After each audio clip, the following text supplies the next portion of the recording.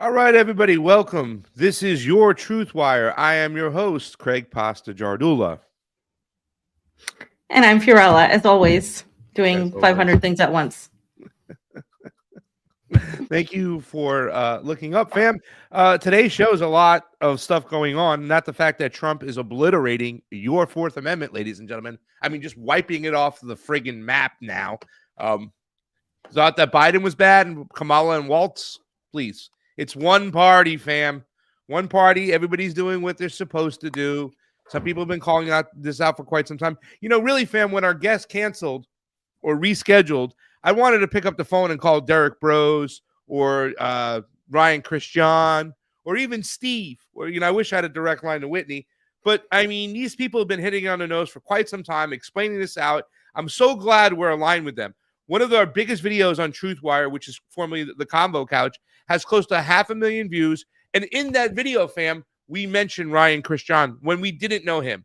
So to have an alliance with him today is really good. And I think a lot of people have to pay attention. Not enough people have watched Whitney's stuff, because to see the hero worshiping, the fawning of Donald Trump for this ceasefire, fam, is nauseating. And from a lot of people that they should know better. Glenn Greenwald should know better.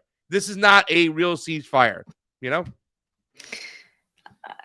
I'm not surprised that the people who are cheering for Trump are cheering for Trump, to be honest. I'm not surprised at all. There are a few that I'm like, okay, guys, let's know better. But I think a lot of people are also seeking to find some positive result in something, because it's been such a negative year. And even the last 5 years have been quite negative and impactful and have really shaken up people's perception and people's ideas of how the world works. So I think there's a little bit of cognitive dissonance, or a lot of it, going on. And I think people are hoping that Trump will bring in something new, but you cannot put on this hopium and continue with these rose-colored glasses if it's going to eventually hurt you in the process. And so what we're going to talk about is this ceasefire as what it's being presented and as what it actually is. So there's two things. There's what is being presented to you all and to the people of Palestine, and there's what's actually behind the scenes. And I think our engineer Jayme has a few disagreements as to how this will, what this is, but I think we'll get his insight later on. But I do want to start off by talking about what so far has happened, fam, about the ceasefire. And if you guys are new here, please share and subscribe. And also note that Pasta has his own channel. I have my own Rumble and my X. If you're on X, you're probably watching me there because I don't have a YouTube, and we're going to talk about all these things that have been happening with censorship and media. So let's get to it, fam. I want to start off by just talking about what exactly has happened. So the Israeli cabinet today actually approved the ceasefire. Initially, what had happened was that Netanyahu had withheld the ceasefire. He had put a halt to it.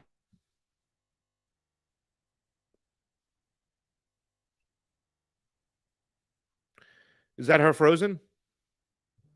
All right. See, you were frozen too, so I thought it was me who got frozen. You were just like looking intensely.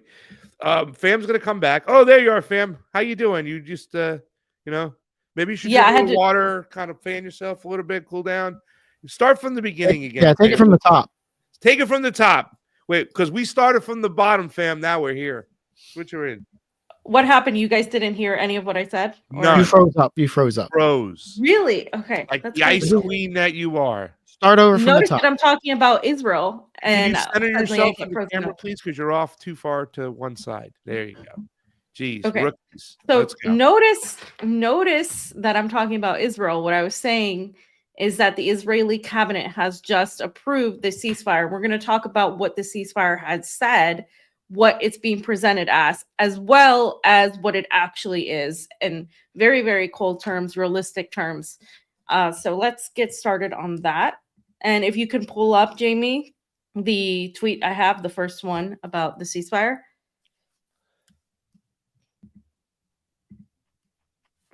By the way, fam, I'm wearing short sleeve shirts because I'm going to have to be wearing warmer clothes coming up. So I figured I'd wear short sleeve shirts today. Awesome. Good for you. Okay, so Israel's Security Cabinet has approved the Gaza ceasefire deal and the hostage release. And this is according to the statement from Prime Minister Benjamin Netanyahu's office. And this was, of course, along with the protesting from some Israelis, as you can see in the picture, and also from Ben Gvir and Smotrich. And you all know that, of course, there's going to be protests. Of course, there's going to be people angry.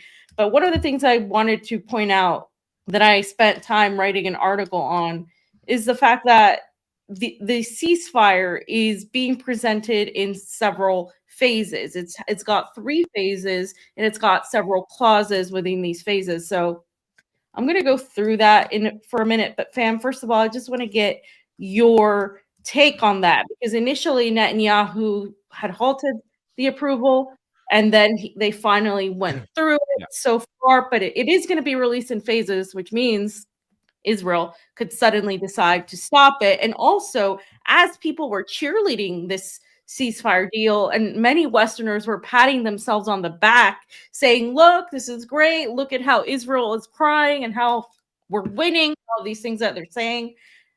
Literally, they've killed more than 77 Palestinians in Gaza that same night that this people were cheerleading about it. And I'm not talking about the Gazans that have been happy. Obviously, the people of Palestine that are happy that the bombs are going to stop even for a second dropping on them.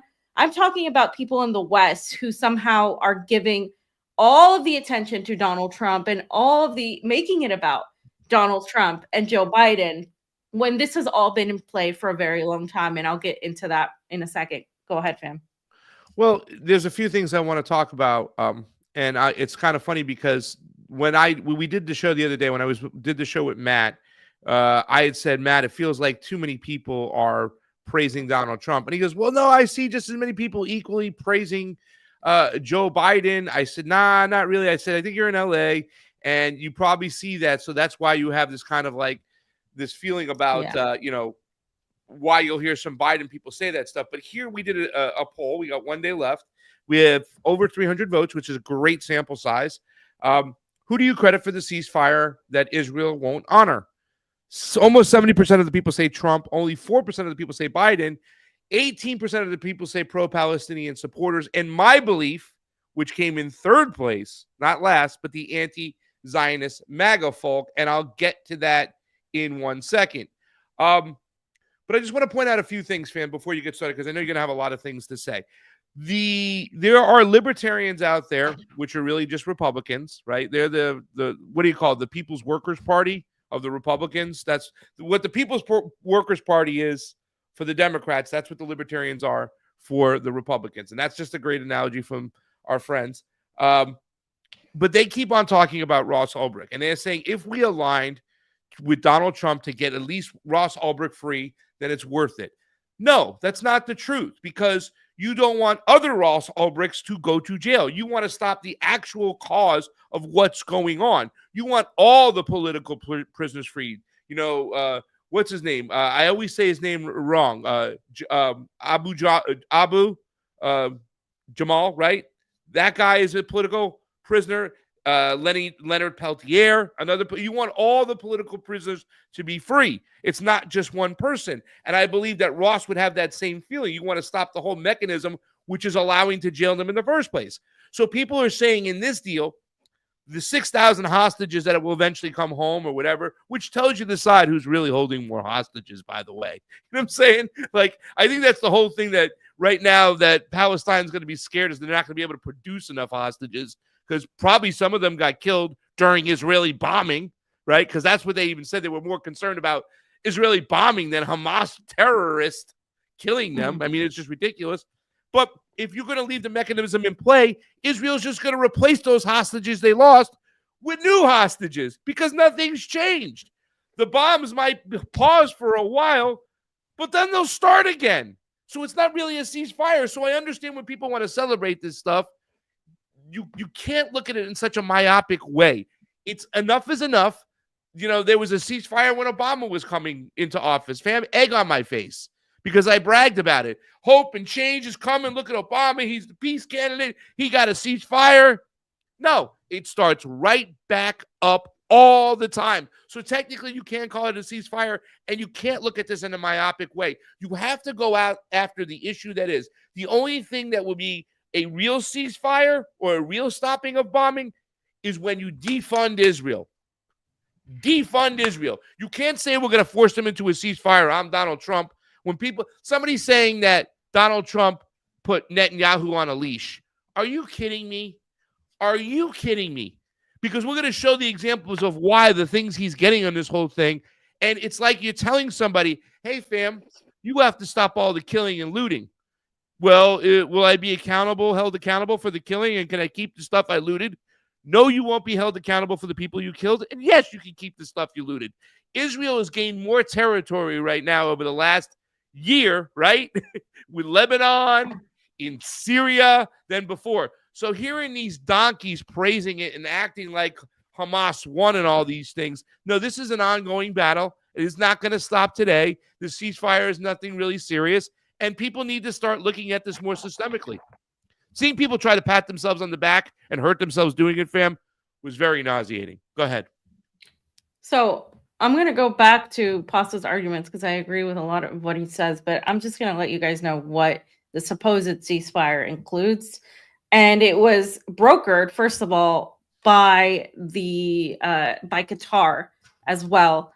Egypt had a hand in it, and the United States was present in this negotiation. So that right away gives you an idea of how this is going to go. The Gulf states have been notoriously horrible when it comes to Palestinian issues and Palestinian rights. They have not done what the axis of resistance would consider enough for Palestinians. They have, in fact, sold out Palestine in order to have these relationships with the United States, including Saudi Arabia, Qatar, all of the Gulf states. They have been unreliable and pretty much in control by Israel, because Israel controls, remember, the Rafah crossing via Egypt, and Israel controls Jordan. And when you go to try to get to the West Bank, you either have to go through Jordan or fly into Tel Aviv.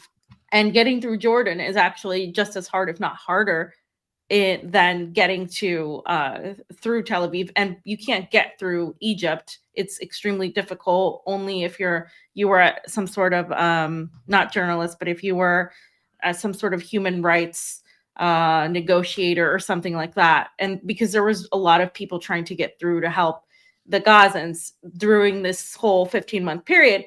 So these people that haven't been good for Palestine are suddenly the ones in charge of negotiations, which I find completely tells you what's going to happen right off the bat. Now, as far as I said, people have made this about Trump succeeding, and he's already not even in office, and look at all he's accomplished. Well, they're letting themselves get played like fiddles by these political manipulations. I'm going to explain the 3 phases. The first phase will be 42 days, and it's basically going to focus on the release of the 33 Israeli hostages that include women, children, and anybody over the age of 50, all the men over the age of 50, whether they're dead or alive. And the American hostages, specifically named Keith Siegel and Sagi Dekel Chen, are going to be among the 2 people who are released first. There's going to be the second exchange during the 42-day phase, which Israel would then release 30 Palestinian prisoners and each civilian hostage, and 50 for each female soldier. So first, the Israelis get the hostages released, and then the Palestinians will get theirs released as well. There are other things that have been discussed and changed since all of this was put out in the media a couple days ago, but this is pretty much the clauses and the pieces.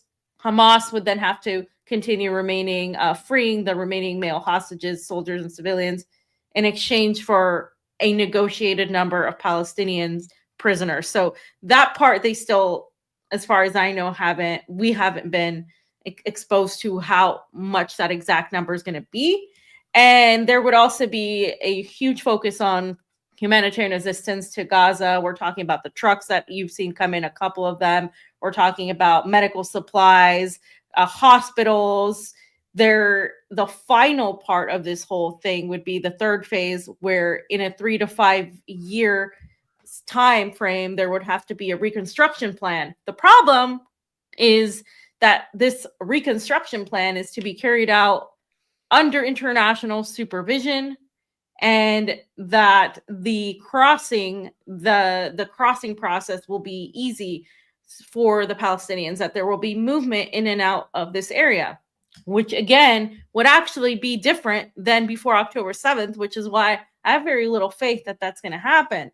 There are also, like I said, other parts to the agreement. They have to withdraw. Israel is supposed to withdraw from all areas of the Gaza Strip, and the Rafah crossing has to be reopened as well. And as I said, the trucks. Now, there also is going to be the entry of at least 608 trucks specifically. That was sponsored by Qatar. They need to allow 200,000 tents and 60,000 caravans to enter.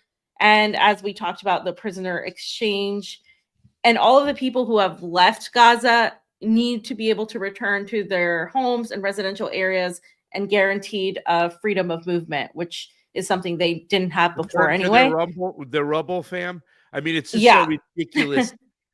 Return. I mean, one of the reasons why, and I just want to, and I'm just a quick thing, little caveat over here. One of the reasons that a lot of people said, well, of course, this is going to be some type of ceasefire deal. They've bombed everything. There's nothing left to bomb. Right. So yeah, exactly. So my huge question was, why now, right? So they're saying, okay, yes, 3 to 5 year construction plan. The hospitals will be rebuilt. The field hospitals must be permitted to come into the Gaza Strip and leave. Medical, surgical teams, all of this. So my whole thing is that I wrote in this article, and you guys should check it out on Substack. It is about a 9-minute read, but it is very detailed and worth, because what I'm talking about is, why are they doing this now? You need to ask yourself that question. Why not before? Is it because Biden and Harris are so evil that they weren't going to do it because they didn't feel a need to? No, this was a whole plan all along. We've been talking about ceasefire since the beginning of this whole thing. And the reason it wasn't implemented was for a multitude of reasons. There are a lot of things that have changed in the last couple months that have given and allowed the United States and Israel to have the upper hand, because there'll be analysts out there and people telling you that the United States is losing, Israel is losing, the resistance has the upper hand right now. Look, they were able to negotiate this because no, unfortunately, I would want nothing more, but that's not the case. There are several things that have happened. So number one, as Pasta mentioned, Israel has not ever respected a ceasefire. They have continued killing people either up until the point of a ceasefire or after. We have seen it in Lebanon. We have seen it in Gaza before, when there was a momentary pause before. And we have seen it decades ago during the times when there were supposed ceasefires. Israel has never respected it. And they're not going to respect it because they don't have to. There's never been any punishment on Israel when they break a ceasefire rule. What happens? The UN goes and says, we're very appalled. Israel needs to respect the ceasefire, and that's it. The international human rights organizations say the same thing, but none of these condemnations make anything different. They don't actually force Israel to do anything because nobody actually divests from Israel. Nobody actually stops funding Israel. We're talking about the United States primarily, but also the Gulf countries in support. They don't stop continuing their relationship with Israel. And that includes the non-aligned axis. And what I mean by the non-aligned axis, I'm talking about China, I'm talking about Russia, the other countries that still have some sort of a relationship with Israel. Have they stopped dealing with Israel? No, they don't. They continue to treat Israel as if it's a regular, real state, not as it is an occupation. So this isn't going to force Israel to do anything if they don't want to, right?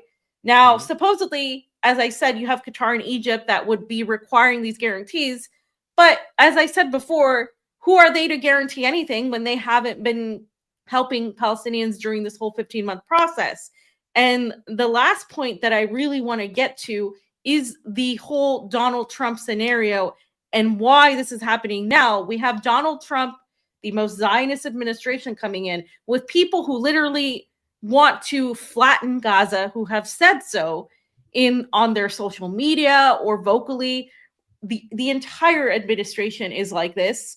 And you also have the fact that Syria fell, and this is now the perfect opportunity to have the entire vulnerability of Lebanon, the entire opening of Syria to HTS terrorists. You have the entire opening of Syria to Israel in the United States, and they're chopping up Syria literally like it's some sort of piece of meat that they're all taking parts of. And that's what's happening in Syria. And Syria was supposed to be the area where there was going to be weapons and resources smuggled for the resistance. And that's not going to happen anymore because Syria is basically under the control of the West. And so you have that entire thing now not being a problem anymore. So why would the Trump administration, the most Zionist administration that's going to come in, as well as this Adelson-funded administration, do this if not for the only reason that now is the time? It is the time now for Trump to take over and basically make himself look good, make himself look like he's the guy that's going to come in, bring a ceasefire, end the war in Ukraine, and usher in an era of normalization, an era of where you're going to see a lot of negotiation. And a lot of people are going to be very upset when they think the countries that they have elevated to this sort of mythic level are going to start negotiating with the United States and the West, or these countries are going to be put in a position of vulnerability. And we have seen that with Syria, and we have seen it time and time again, but we're also looking to Venezuela, we're looking at Cuba, we're looking at these countries that are going to be vulnerable to the Trump administration. So what I'm seeing here, Pasta, is that this is a pivotal moment to do this ceasefire, because the ceasefire is not only going to allow things to go back to October 7th. Instead of just moving forward to something different, it's just going to allow the continuation of Greater Israel. They're going to expand the Abraham Accords, which Trump has said. He literally told Reuters, by the way, and I put it in the article, he said he would use the ceasefire deal as a momentum to expand the Abraham Accords, the U.S.-backed agreements that struck during his first presidency, remember, in 2017 to 2021, and this normalized relations with Israel and Arab countries. So now you have the Gulf states, the Arab countries, normalizing relationships with Israel. You're going to have Syria do that, as we have seen.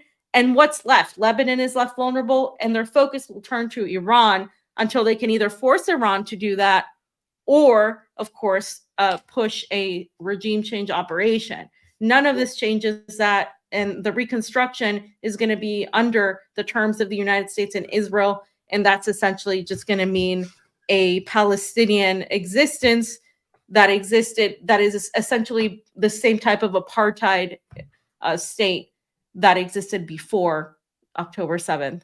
So, wow, I'm fam, sorry, you say so but- much stuff. No, I got a lot of notes, and I think there's a few things I just want to kind of piggyback and point out that kind of connect the dots for people, because you have mentioned the Abraham Accords, right, and how they are. And when people, I think Whitney Webb said it best, that people need to stop paying attention to the rhetoric of these politicians, which I used to say sometimes the rhetoric is good. When Donald Trump talks of peace, then it is folk repeat it, and that's good. If they you don't want to be involved in wars, that's great. You're a Trumper, that's awesome. But the problem is you can't stop there.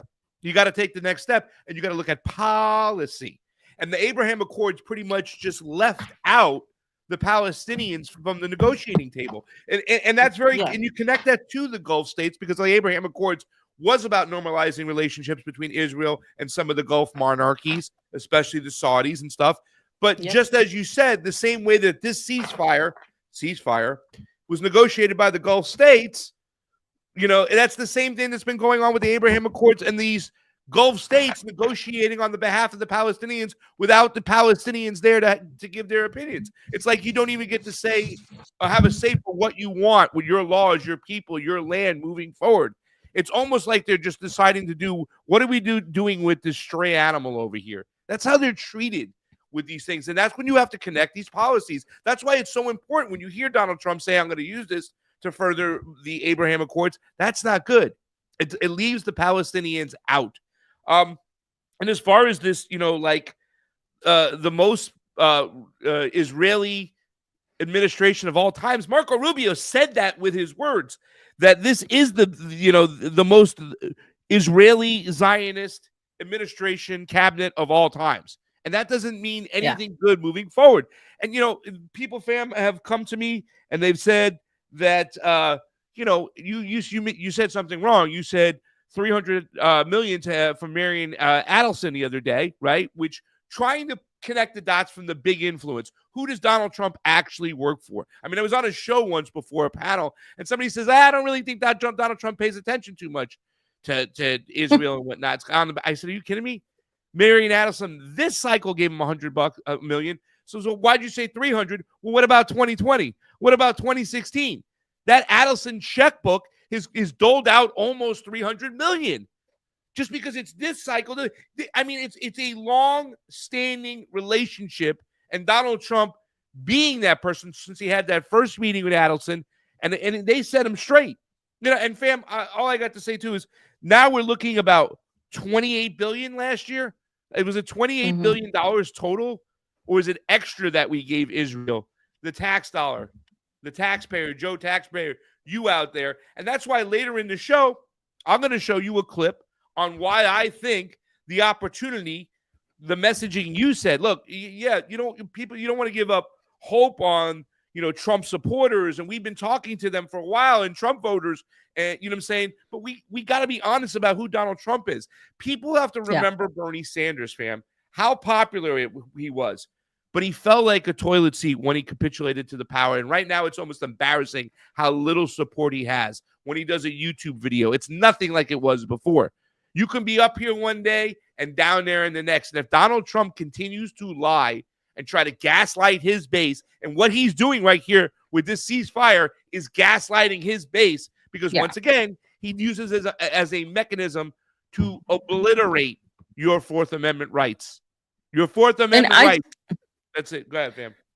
No, I just want to add to that there is no, like, Donald Trump just came up with this, and we're getting a ceasefire just because he came up with it. This has been planned for a long time. And to people that still believe in elections and think that Donald Trump got elected and won fairly, which he did win fairly, and he did get elected, but he was allowed to be in power because his role this time around is part of the swamp. He literally has called for the CIA to get involved. He has called the CIA. The guy that's supposed to drain the swamp is calling for the swamp to come in and rescue the country, which that is extremely miles and miles away from the Donald Trump that ran in 2016. And we have talked about the differences between that campaign and even the 2020 campaign into this campaign that he launched. And it's very different. And you can tell that it's very different. And there are still people there that argue that Donald Trump was a threat to the CIA, that Donald Trump is still going to do something. Perhaps he's more of a maverick in terms of seeming this way. He's less of a politically correct politician. He's not a typical Obama-esque politician. However, he is still working with them. He is still in the same circles as they are. He has been all his life in these political circles. He is part of the elite class. You can't just separate that and pretend it doesn't exist.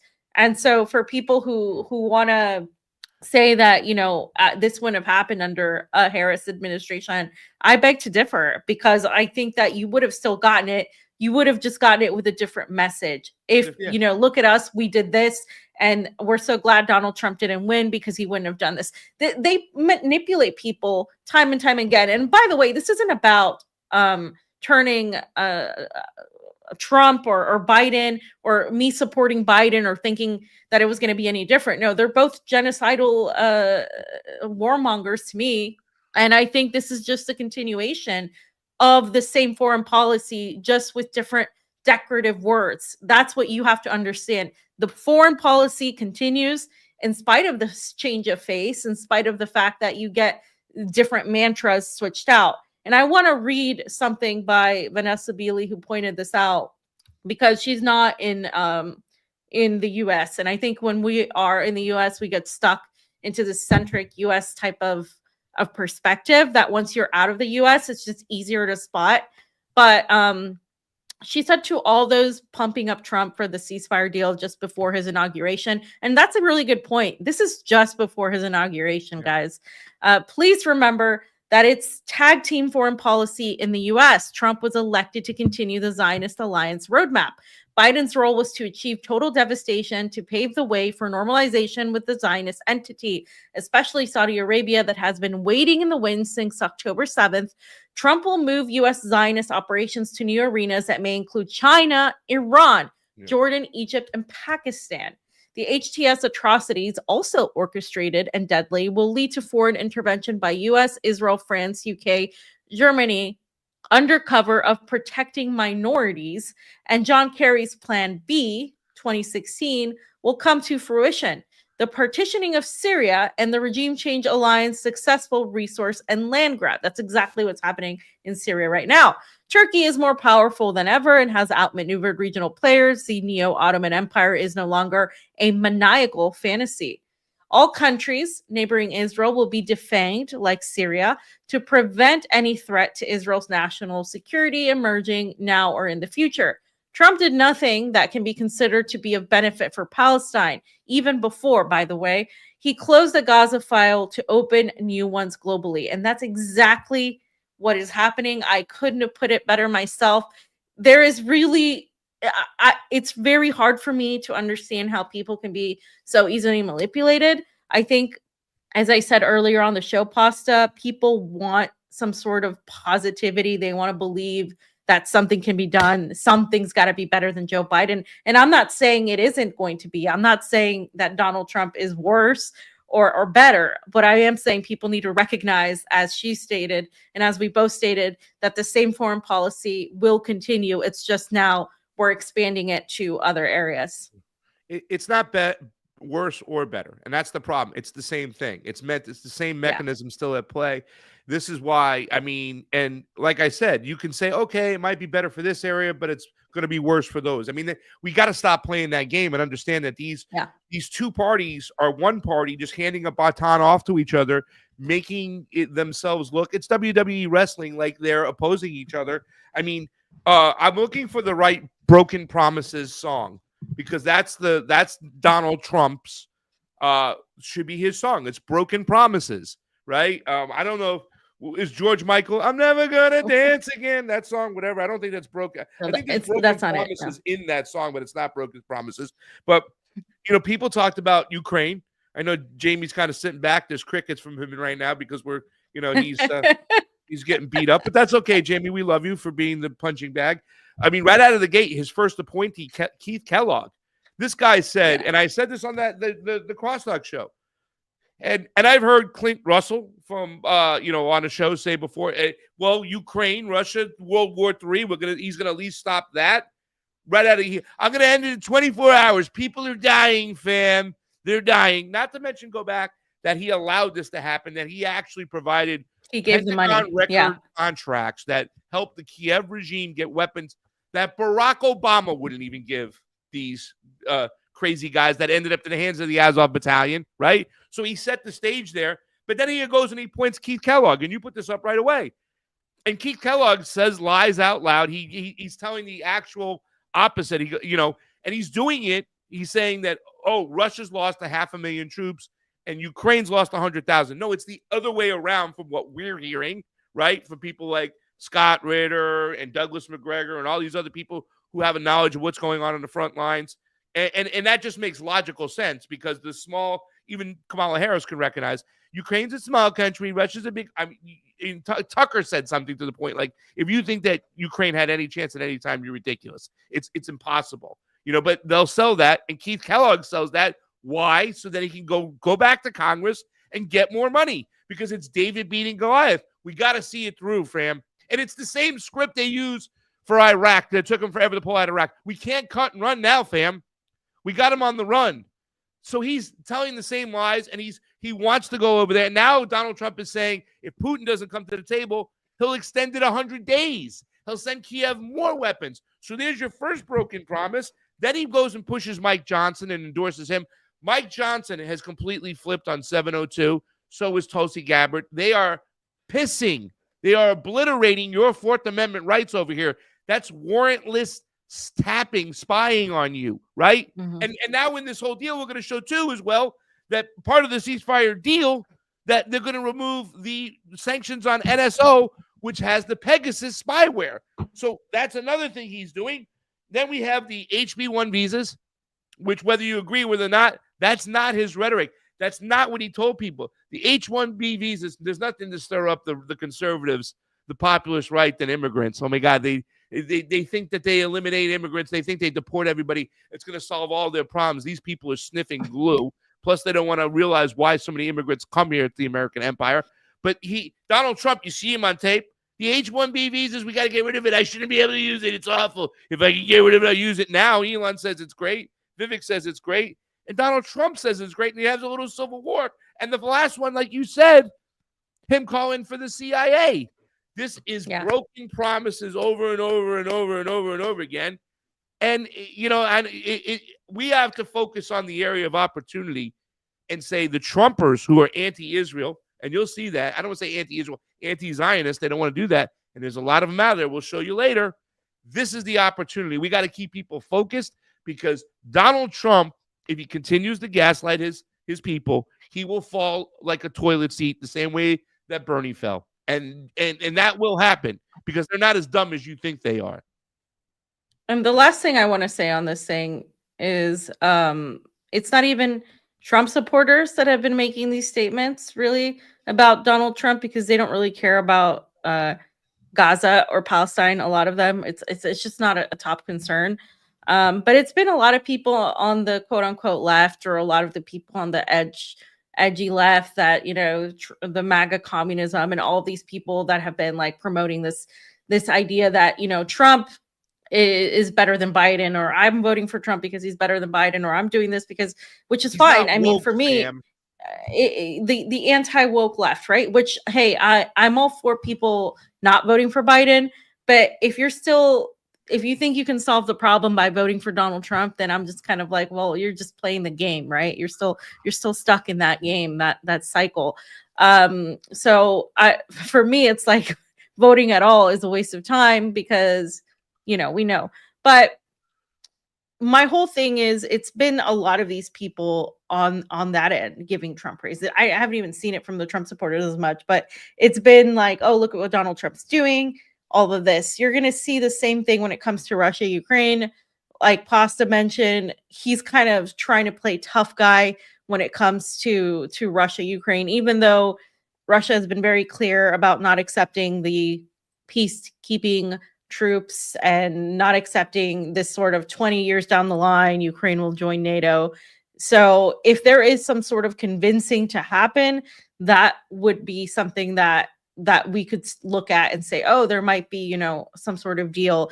And from what I understand, there were talks about this that were happening during the whole Syria situation. And none of that has been confirmed publicly, but a lot of it has been talked about in the background about the potential deals and the potential talks. And recently Lavrov and also the press secretary for Vladimir Putin both said that they're ready and willing to hear what Donald Trump has to say. However, they're going to look at it and they're not going to just like agree to terms that don't guarantee security for Russia. And it is my opinion that there is no guarantee of security for Russia because the United States and NATO want to balkanize Russia. That is their whole intention. It has been since before Russia was Russia, when there was the Soviet Union. That has been their whole intent for a very long time. And they're not going to stop until they do it or until they're unable to do it. And right now they're still able to do it because they're going around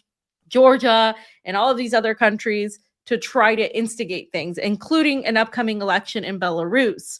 So we have to watch that, because even if there is a momentary ceasefire, not ceasefire, but a momentary end to the Russia-Ukraine situation, I don't think it's something that's going to be resolved as quickly as people think. I think it'll be something that could come back down the line. And as Vanessa mentioned, I think the focus will be moved to other areas like China, Iran. I also think Latin America. That's going to be the focus of the Trump administration. And you can already see it with the alleged bombs and alleged weapons being smuggled through the border. You can see that angle that they're playing to. So don't be fooled. This is just U.S. foreign policy continuing in a different spotlight. So yep. That's all. And just final things to say, that aid that's going through, what's going to be in that aid? Who's it going to really get to? I'm very curious about that. It always seems that Israel finds a way to stop that aid from going in.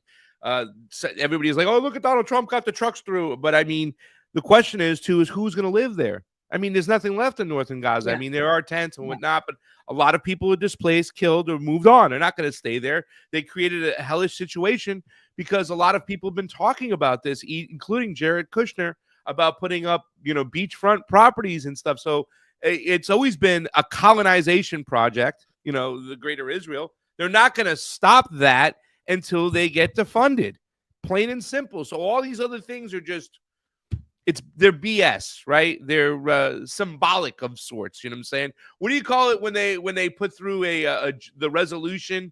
It's like it doesn't count. It's just the Green New Deal is one of those things, and it's like it's not actual law. It's just I forgot what they call it, fam. I'm bad at that. I should be better, but it's one of those things. It's just symbolic. That's all they're doing right now. This is all headlines. And like we said, Barack Obama got the same thing in 2009, and I would egg on my fucking face for acting like that. And people are doing the same thing now, and people who should know that the script is there. So, Angela McArdle, your little libertarian party in D.C., you say you're going to celebrate for the Palestinians. I think you should stop, right? Just don't, because this is bullshit. All right. Sorry, the libertarians pissed me off, man. On that note, I told you that they were a lost cause, but you don't listen. So did Steve. Sorry. So did Steve. I know. We told you. Egg on my face. Egg on my face. Because I know that there's no way to exist through this two-party duopoly, and it was amazing seeing an actual primary take place. I mean, I know Jayme can say how awesome it was with me too as well. And we've been to how many Democratic conventions where it's every type of elected person is already a foregone conclusion, going into who they're anointing, and the grassroots just struggle to get power. So, yeah. All right. So now that we're done with that segment, how was I getting beat up exactly? Like, when it comes to Trump and in Israel, I don't really disagree with you guys on that. No, I disagree with you about Trump on other things, but not when it comes to but that. That's the thing. You keep saying other things. It's the same thing, Jayme. He's just there to do the same thing. At the end of the day, they're there to move the oligarchy and the establishment through. I understand they have different that. roles in that. So then, therefore, when you mention those other things that Trump is better at, you're I think one of the big things he is hypocritical. better at is that he is going to have diplomacy with Russia, which we don't have under Biden. And I think that is a huge difference. You can't get peace if you aren't talking to your adversaries. Okay, so then why did Putin say that he'd rather have Biden get in? Wait a second. That's you're throwing bullshit out there. You're grasping for straws. Why did Putin say he'd rather deal with Biden than Trump? When are you referring to? At what point? When he was asked, who would you rather have, Biden or Trump? He said, I know. Biden. What was the? I know he said that, but what was the context when he said it? Why? When did he say an interview? Before the election. It was before the election. Why did he say that? Yeah, I'm not sure why. Because Biden's more predictable. Biden's more predictable than Trump. No, Donald Trump might think he's in charge, but he's not, because Putin also laid out that there's an apparatus, not the president, that is calling shots. So it doesn't make a difference who you put in that seat. It's just a face. So when hold on a second, I want you to understand where I'm coming from. So when you say stuff like, oh, Donald Trump will have diplomacy. No, that's not diplomacy, because it's just the face. Even Putin knows it's fake. You're feeding into the fairy tale that the top of the ticket actually matters on the decisions that are made. Donald Trump is just as much as a puppet as Joe Biden is. Well, it's hard for me to disagree with that, but there is a difference there, because he's not part of the Washington establishment in the same way that all these other politicians are. He didn't come up through that establishment. Okay, he's always been close with politicians. Fiorella laid that out for quite some time. But he's always dealing with them. Different. He's taking money from the same people that Biden's taking money from. There is no difference, Jayme. It's an illusion. I know what you mean by he's not like the typical Obama Bush type of politician. Yeah, he's not, but he's still part of I'm not saying he's good or dangerous. Like there's a lot of dangerous stuff that's coming our way with him, but there are differences. And I think one of the biggest ones is I think there will be diplomacy. The channels of diplomacy will be opened again between the United States and Russia under Trump, which have been completely closed during the Biden administration. I think they're going to give the illusion of being more open, but at the end of the day, it is going to be for a specific reason and a cause. They want you to perceive it this way. They want you to perceive that there is a difference, and that now, of course, with Trump coming in, he's going to be the guy that talks to everybody. For example, they'll give you, he talked to Kim Jong-un, right? He was able to talk to him. Who else talked to Kim Jong-un, right? They'll say, like he did, but like that's Trump's role. Trump's role is to look like he's, this idiot that's going to talk to everybody. He's going to say all these things, but like Trump is still a part of the system. He's just playing a different role than say Joe Biden or a Barack Obama. I do think that he is different in many ways. I do think he can say something that's more real in terms of, we're going to take Syria's oil. We're going to do this. He'll say the truth out loud many times, more than anything like Biden or Obama or any of the Clintons would say. 100% he will, but he's still going to proceed as needed. And so for me, it's just a facade, right? It's still at the end of the day, you're going to get to where you need to get anyway. So that's just, that's what I mean by that. Like, yeah, there are superficial differences, but when it comes down to it, you end up in this. I think his Israel policy is as bad as Biden's. And I never thought that it would be different, because I would looked at the two and said, if you're going to vote on Israel, then you have to not vote, because you're not going to get anything better by voting for Trump if you're not going to vote for Biden.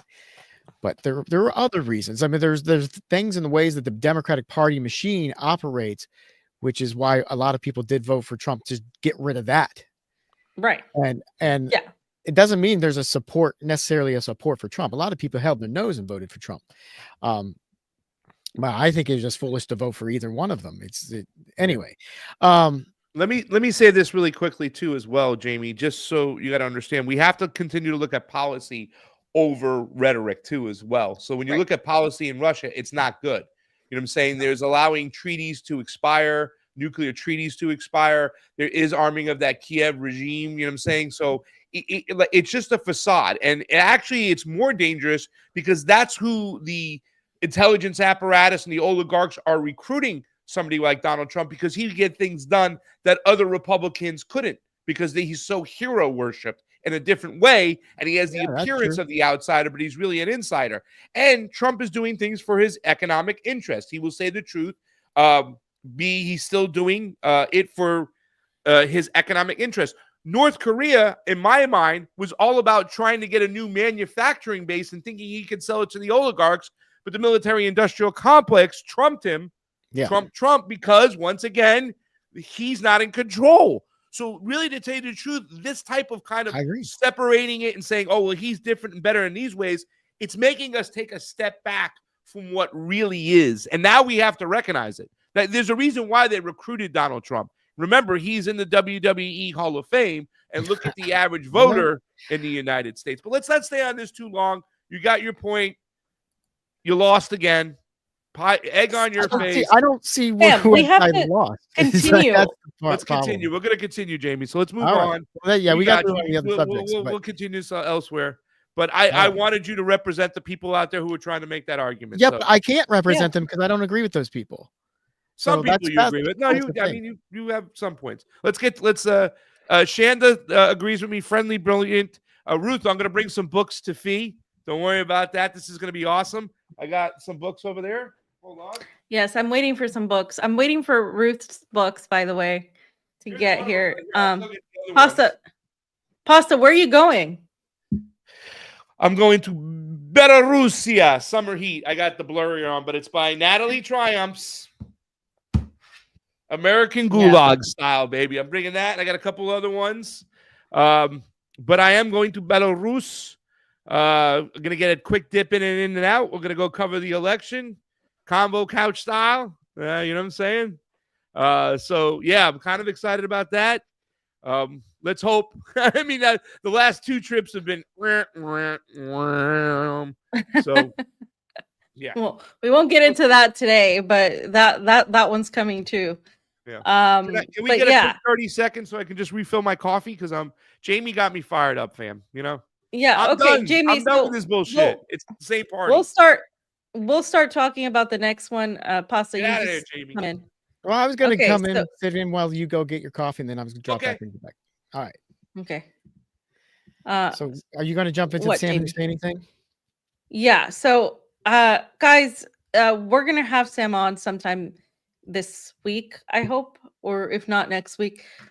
But I just want to talk about what happened because I shared his video because I was one of the first people to see it.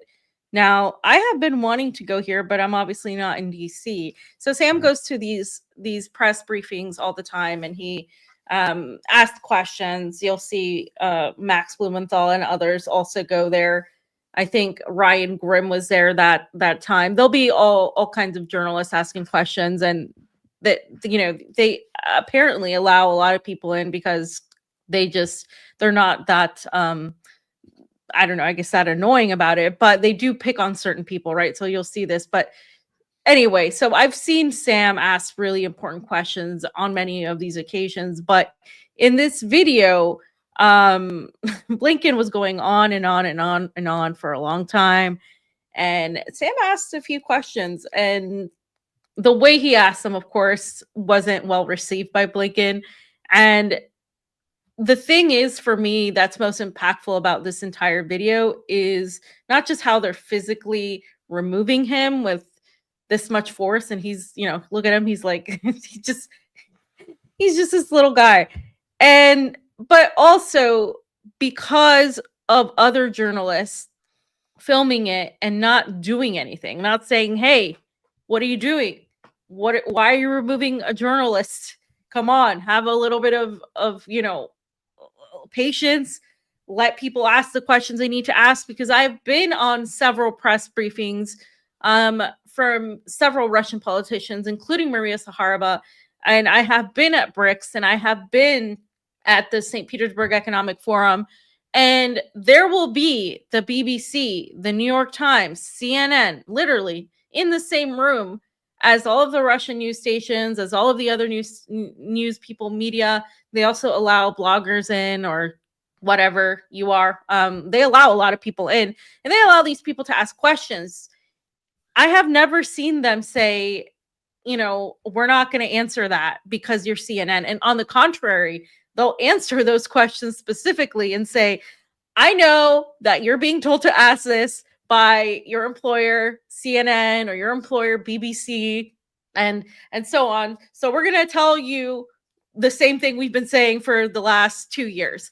This is what happened, because they'll ask a very antagonistic question like, you know, why did Russia kill all these people in Donbass, or something like that, that Russia said these missiles came from the United States. Look, it's an Abrams missile, blah, blah, blah. So they'll ask these very antagonistic questions that, you know, they ask, because Pasta and I have sat also in the California Democratic Party conventions, in the rooms with all the CNN people, and they all ask the same dumb questions. They ask the dumbest questions because the questions are not about provoking thought. They're not about challenging the speaker or government, which is, by the way, the purpose of a journalist, is to challenge the status quo. I mean, that's the whole point of journalism.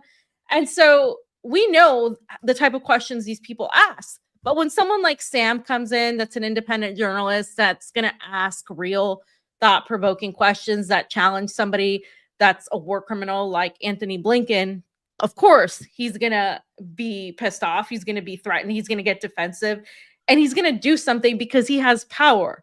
And he has the power to literally crap all over a person's First Amendment right, a journalist's First Amendment right as well, and the public. Because again, now that this has happened, it can happen to anybody, any of these journalists, and it can happen to all of us. We have seen the way they've been treating activists. We have seen the way, whether they're, by the way, pro-Palestinian or they were a Trump supporter, it doesn't matter.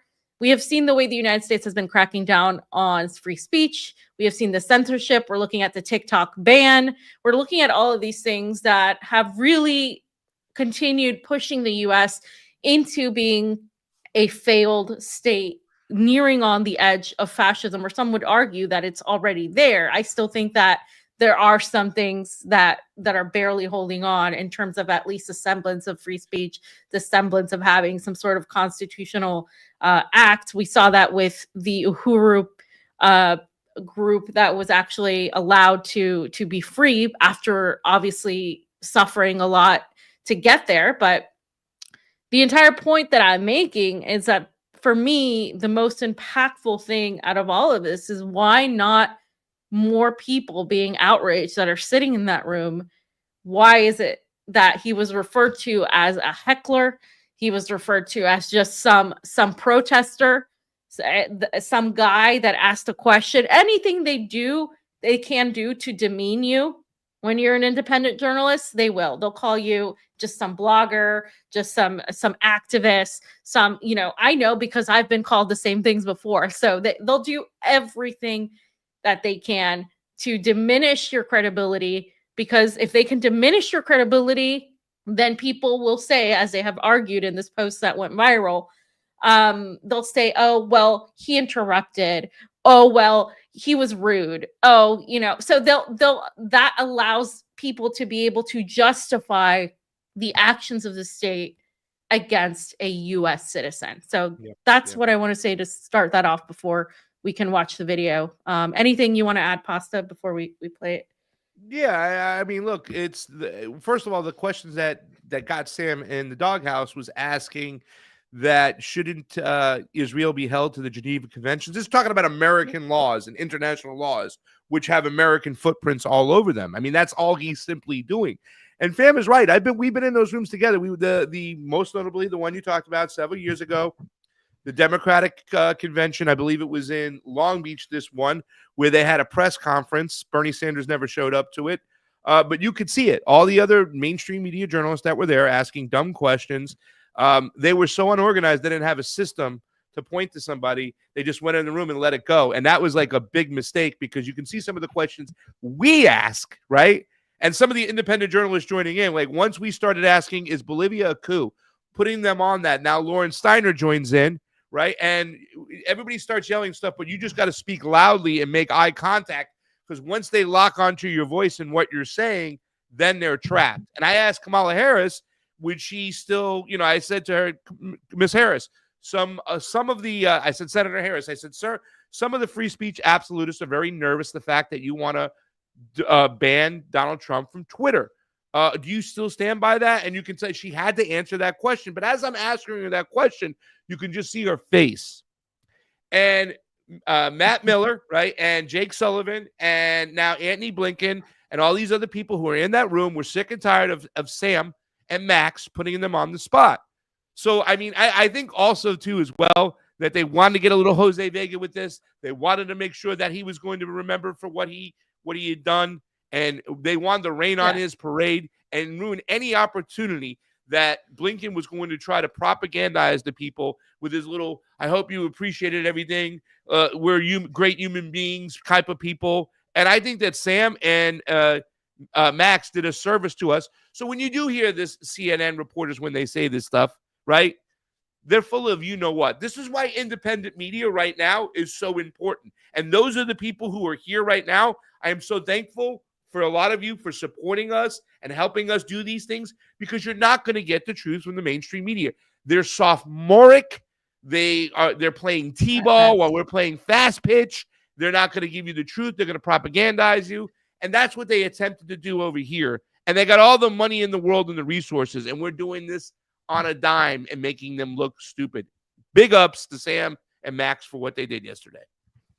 So let's watch this video, and you'll see, even while he's being carried out by these people, these security guards, he's still trying to ask the question, and he's maintaining his cognitive ability to continue to ask the question, which is, I think, is pretty awesome of him to be able to do. So let's go ahead and just watch that. 2 or 3 people. You pontificate about a free press. You pontificate about a free press. You are hurting me. You are hurting me. You are hurting me. I am asking questions after being told by Matt Miller that he will not answer my questions until I'm asking questions. Wasn't the point of the May 31st statement to block the ICJ orders? You blocked the ICJ orders. Please respect the process. Oh, respect the process. Respect the process. While everybody from Amnesty International, to the ICJ is saying that Israel's doing genocide and extermination, and you're telling me to respect the process. Criminal. Why aren't you in the Hague? Why are 2 or 3 people? So I just want to point out a couple of things, Pasta, and then hand it to you. People were saying, oh, he got arrested, or he got he got pushed out, dragged out because he insulted Blinken. No, he didn't say that until he was already like pretty much out the door. That was pretty much it. And even if you say something that's pretty mild, I mean, you should be able to like tolerate much more if you're Antony Blinken, right? You should come on. He's also being told by Matt Miller he couldn't ask the questions that he was asking, that he was being ignored. And so, when sometimes when you're in these rooms and you're somebody like that, you're going to be ignored. Obviously, they're not going to call on you. And I've interviewed Sam before, and he said, they avoid you after a while. Yeah. But when there's new people that come in, they don't know who they are, so they'll call on them, and that's how this happens. So, it's. Yeah. Go ahead. I was just saying, sometimes when you ask a tough question, that's going to be the only question you get. RFK. Got in that room. Yeah. Dennis knew who I was. Asked that question.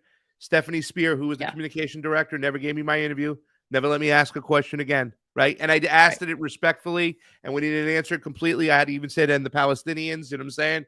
But sometimes when you ask a question, a tough question, you're never going to get called on again. So you got to make it a good question. Yeah. And listen, and when Sam and Max did their initial questions, they're asking of questions, very respectful, very, professional.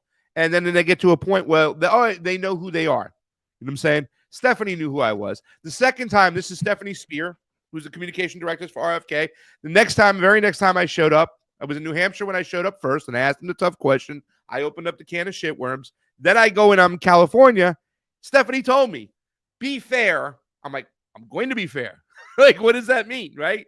And did I get an interview that day with RFK? No, but James O'Keefe did, right? He was there and he got the interview that day. People like Tim Cast and Luke Rukowski, they got their interviews with RFK. Did I get mine? And I put my request in the very beginning. No. Did Max ever get a chance to talk to RFK again? No. It's just the way it goes. But that really separates, I'm sorry for using this pun, the men from the boys, the propagandists from the real journalists, because they want to keep themselves in closed, protected environments. That's something the Democrats have done since we've been around them for quite some time. And all right, here you go, Jayme. Here's a biscuit. I'll throw you a bone. At least Donald Trump used to walk over to a crowd and start taking questions, right? And tell them fake news or whatever, right? Something that Biden would never do. And something that Kamala would never do. I mean, you could see how the elites were shielding Kamala Harris. They wouldn't even let her have an interview for like the first month after she was anointed. So, but I'd like to see them let people like me and Fiorella in their press rooms all the time. I'd like to see them do that. And then I'd like to see them call on us. They won't do it. They won't do it. No, they'll only do it if we pretend to be CNN. And then suddenly, as soon as the words come out of our mouth, they will know we are not CNN, because we're not going to ask questions like, are you excited about the end of this presidency and blah, blah, blah, and what you've accomplished? Like, they ask very stupid questions. Like, there is just night and day difference between the questions they ask and the questions independent media ask, and it's so obvious.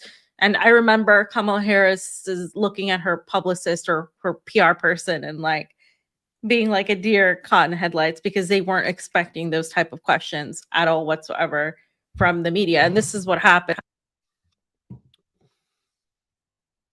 Your microphone went.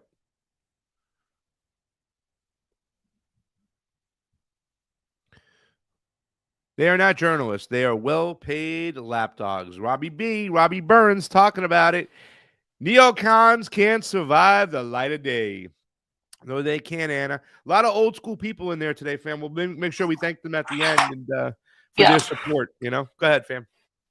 I was just going to say, regardless of the tone that a journalist is asking, regardless of where they come from, whether they're independent, BBC, CNN, they have the ability to ask the question. And like I said, in Russian press conferences, they don't exclude the BBC, the CNN. They include them just the same way they include everybody else. And this is not the same that I'm seeing in the US, for all the people that said, oh, in Russia, they'll be arrested. In Iran, their head will be chopped off. I mean, it's just, they haven't been to these countries. I have been to all of these countries, and I'm telling you that that's not how it works at all. So for the country, these countries don't even say, oh, we have the most democratic values. They're not out there saying we're the most free and democratic nation in the world, but the United States is. Blinken all the time talks about free speech, talks about what America is and what America stands for.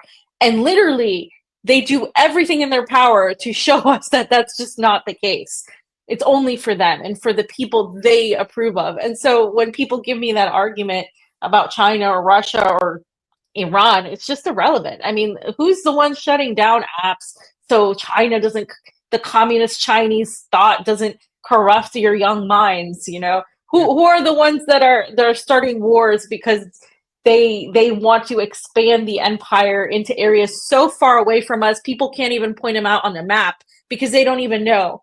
It's just insanity here. There is no excuse. That shouldn't have happened. Even if Sam said, from the beginning, you're a piece of shit, okay, you might say, all right, well, I'm not going to answer your question now that you called me a piece of shit. But what it does is just all it did was literally backfire, expose the United States and the Biden administration and the entire U.S., by the way, not just the Biden administration, as frauds when it comes to free speech. And yes, the Democrats are much worse on that, I will say. Yeah, well, that's the appearance they have too, as well. But I mean, yeah, like I said, we're going to show today other freedom of speech, other civil liberties that Donald Trump is just obliterating, and that's something that the Democrats couldn't do that he could do. That's they just keep swapping out. This is the same thing they've been doing since Reagan and Carter and Obama and W. I mean, it's the same boring game at this point. We need to pick it up. And where's the clip when you need it, Jayme? You have everything that guy just said is bullshit. The reason why, and we'll get to it later on in China, right? Like that one girl who's gone viral on Zhao Hongshu, which is Little Red Book, is the fact that she's going, the thing that the Chinese people are seeing that they're most surprised of is that you actually think you're free. We understand we have somewhat of an authoritarian government, but they give us more and there's less propaganda they feed us. Right. That's why they can open up the door and ask those questions. Also, they don't have dumb idiots they put in place like they do in the United States. Like 25 million more votes in 2020 than there were in 2024 and 2016. Yeah, elections are fair. Sure, you tell me. I couldn't, that's why I was really confused about, like, are they going to put Kamala in? They had the balls to put Biden in. I mean, so everything that guy said over there is bullshit. Play that clip. And here's the CNN reporter. Let's just get to this over here. I mean, this is the thing. Max said on his video that this guy's never in the briefing room. Barely saw this guy, that he's acting like he's there all the time. That's the thing. They want to act like they're the journalists and these are just activists coming in the room. Please go protesters. Scratch. He was a protester. Who is this donkey? Is the enlargement of those Abraham Accords. And we have a video of another angle of what happened there in the press room at the State Department. Let's watch. About Israel's nuclear weapons, everybody from the ICJ, I was sitting here quietly, and now I'm being manhandled by 2 or 3 people. You pontificate about a free press. You pontificate about a free press. You are hurting me. You are hurting me. You are hurting me. I am asking questions after being told by Matt Miller that he will not answer my questions until I'm asking questions. Wasn't the point of the May 31st statement to block the ICJ orders? You blocked the ICJ orders. We still respect the process. Respect the process. Respect the process. Well, everybody from Amnesty International. From Amnesty International to the ICJ saying that Israel's doing genocide and extermination, and you're telling me to respect the process. Criminal! Why aren't you in The Hague? Why aren't you in The Hague? Why aren't you about Israel? Wow. So I can't speak to who that was. What I will say is that, over the past few years. Oh, this cuts him off there. What's that? Is that the wrong clip? I don't know if that's the clip you wanted to show, but that's not the right clip. There's another clip. I think I put the wrong clip in. I want to get extended what he says over here, because then they try to start making it. Oh, so this speaks to what a free press is in America. He tries to flip it and he says they let if you can find it, bring it. Right. Bring it if you can find it. All right. See if you can find it. I'll say a couple things. Notice the air of arrogance as well. Yeah. Sam? That just, I don't want this to get lost in the sauce. By the way, I love the word pontificate, the way he uses it. Sam's amazing. But this is a real thumbs up to the Palestinians. This is really helping the Palestinians right here. A reporter being dragged out of a room as he's talking about the genocide taking place. This is really how you help the Palestinians, in my mind. Big ups to Sam. I'll go look for it. Yeah, well, it is, because all it's done, as I said, it's backfired, and it's showing people not only can you not ask questions about Palestine and Gaza, they're not going to answer them. And if you continue to persist, they're going to drag you out. And then the CNN idiots and all the mainstream media is just going to sit there, take a video of you being dragged out and laugh, or just pretend it's a ha-ha show.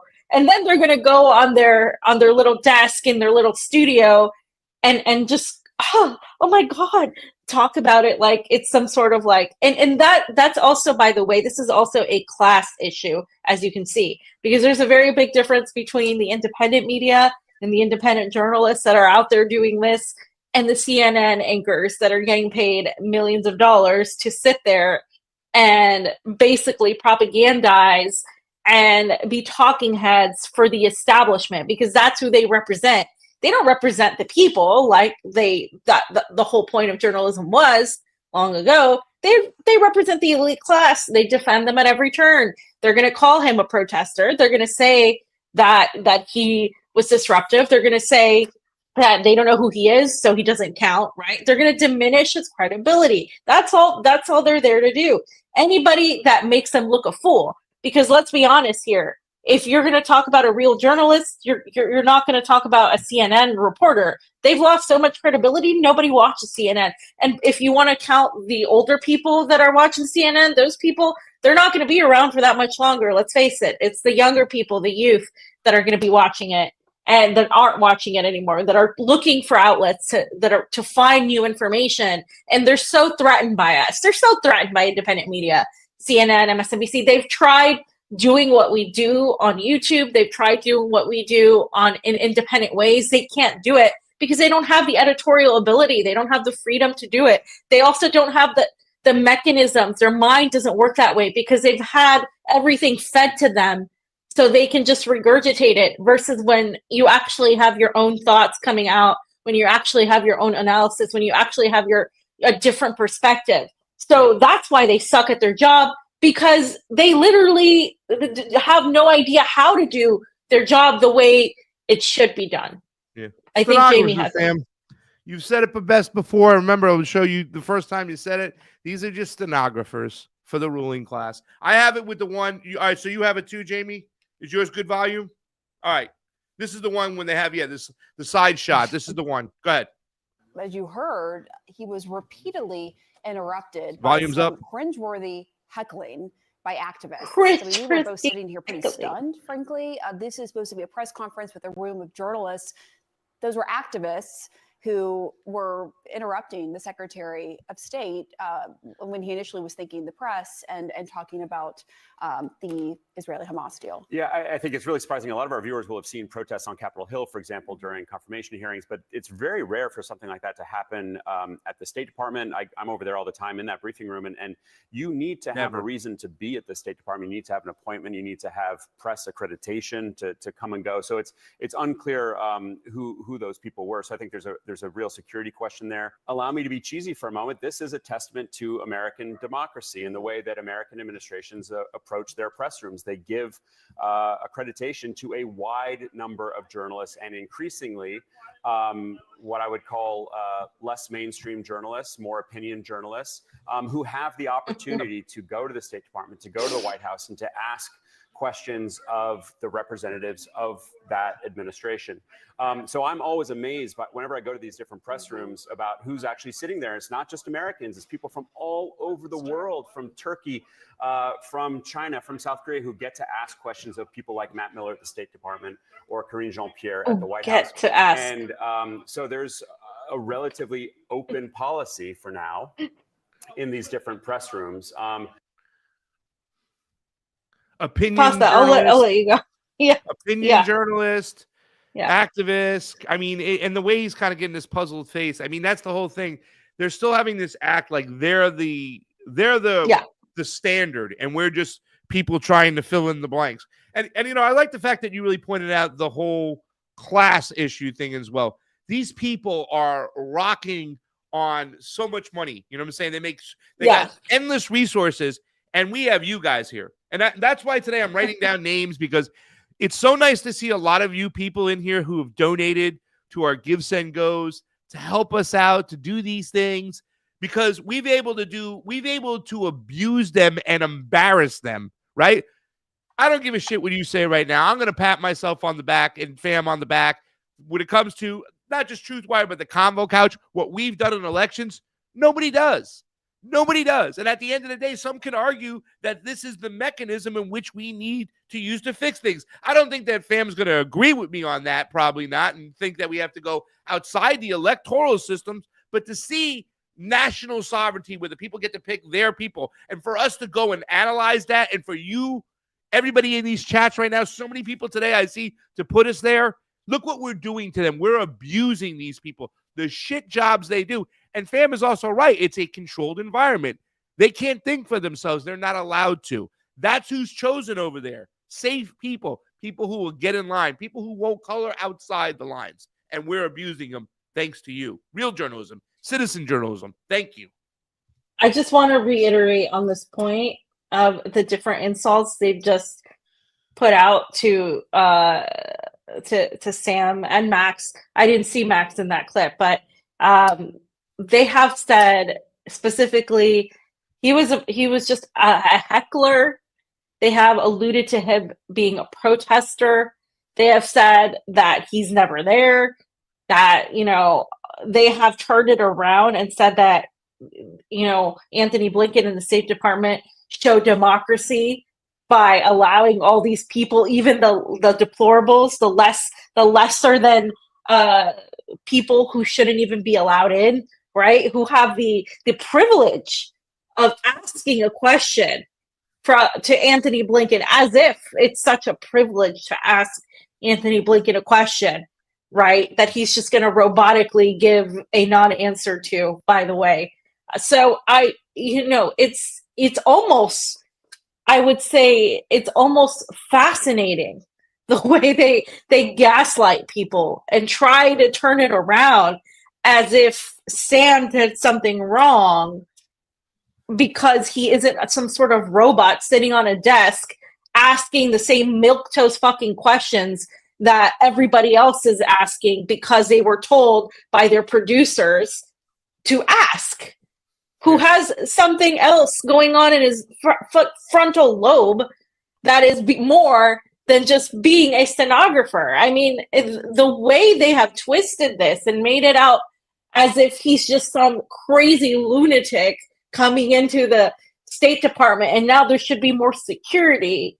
It's not just enraging. It's a masterful lesson in gaslighting and how they twist things and how they maneuver and manipulate the public perception. And this is why nobody trusts CNN and nobody watches CNN anymore, because they're starting to see through the bullshit.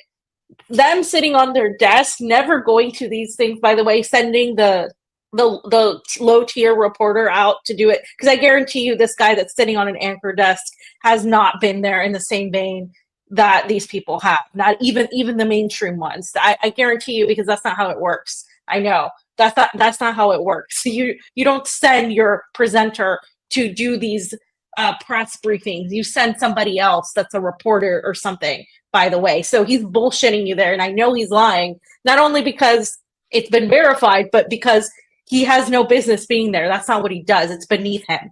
That's what it is. So just so you all know, they're full of shit. Yeah, fam got crazy over there. Jayme, make sure you go over and grab that chant on the that Rumble rant. There's somebody left us a few dollars. It's probably your aunt or your uncle trying to help on out and get you on the show more. But there's a Rumble rant in there we have to call about, because it just pretty much said there's no way that those people in that audience, that guy on CNN, didn't know who Max and Sam are, right? Well, he probably not, because that guy's never around. He might not know. Max said that. Max, like, I'd never seen that dude around. That was like Max was saying, and we've seen Max in that room all the time. So I mean, spot the lie, right? Spot the lie. Let's continue to move on, because we are running long on this show and we still have some stuff to cover that is very, very important. What do we have next? Are we going to talk about the Philadelphia corridor? You want to talk about the Pegasus, right? I want to talk about Pegasus stuff. Because that's what he was asking about. All right, let's start from the other terms real quick. The Gen X girl, other terms real quick that I just want to put up there, and we'll kind of feed into that, because that has one of the terms that we'll stick on to the Gen X tweet there. Other terms, Jayme, if you could put up. And guys, thank you so much, everybody, for joining us today. Thank you all these people. I mean, I got a list of people I'm going to mention at the end. I wrote your all names down. It's so great to see you guys. Here it is. Let's put this up really quick. And this is from Laugh or Log 66. Thank you so much.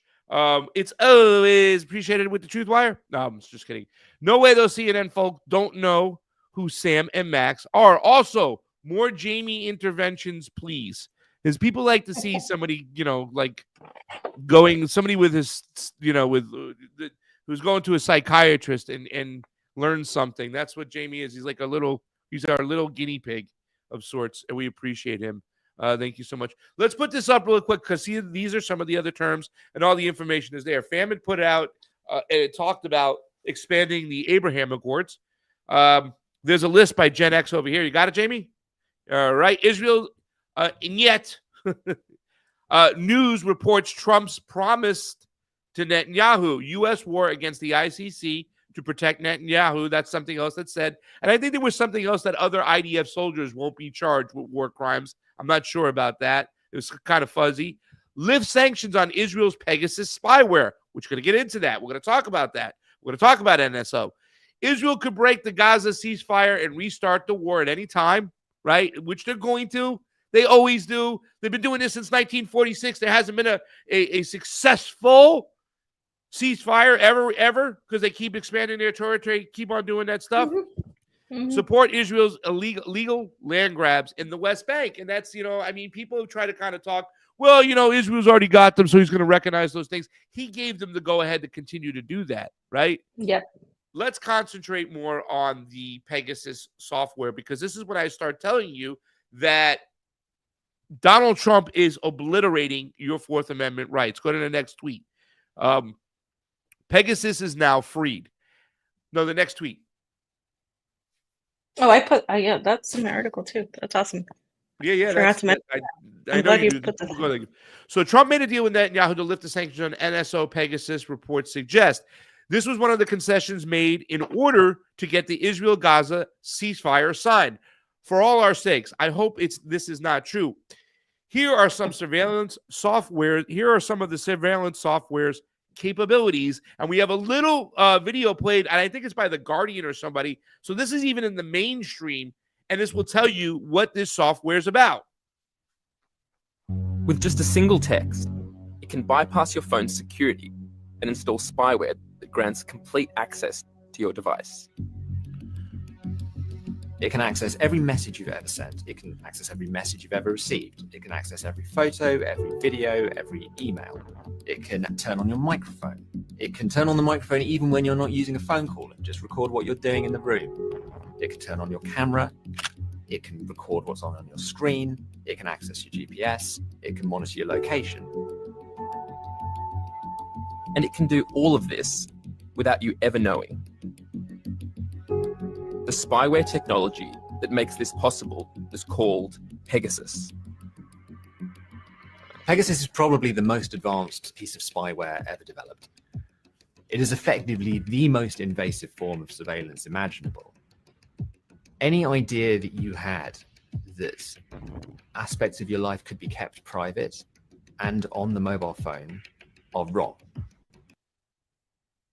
So this is the software that is so deadly, and this is the danger of Donald Trump. Oh, he's good in these other areas, but he's bad in these. And these are the things we have to look at. At one point, and this is something also too as well, before I get to this one point, I'm going to bring in this article. And this is an article, A Bias for Liberty, and this is from Andrew Napolitano, which is really important because he does have those libertarian roots, fam. He's a constitutionalist, and he will connect the dots on showing you what they can do versus our civil liberties. And I think also too as well, the group I talked about earlier in the show, our good friend Steve Poikonen, Derek Bros, Last American Vagabond, Whitney Webb, the things they've been pointing out, which is great because they are considered part of the truther movement, yet they always bring source research, source documentation to prove what's been going on, right? I mean, these people were talking about Epstein way before anybody else. So, there were other people out there too as well. So I don't want to just say they're the only ones, but they've been talking for quite some time. And when that became true, at what point do we start to listen to them?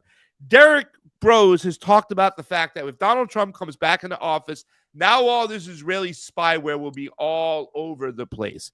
Fam, with the Tik Tok ban coming, I will tell you this much. I'm much more nervous about Israel collecting our data and our information because they have way more influence in the United States than China has or will ever have, right?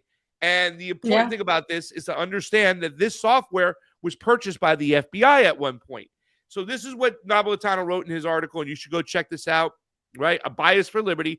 The government defends its $5 million purchase by arguing that its use lets it avoid needing a permission of big tech in order to spy on Americans. So they don't even have to go to big tech if they use this, the FBI.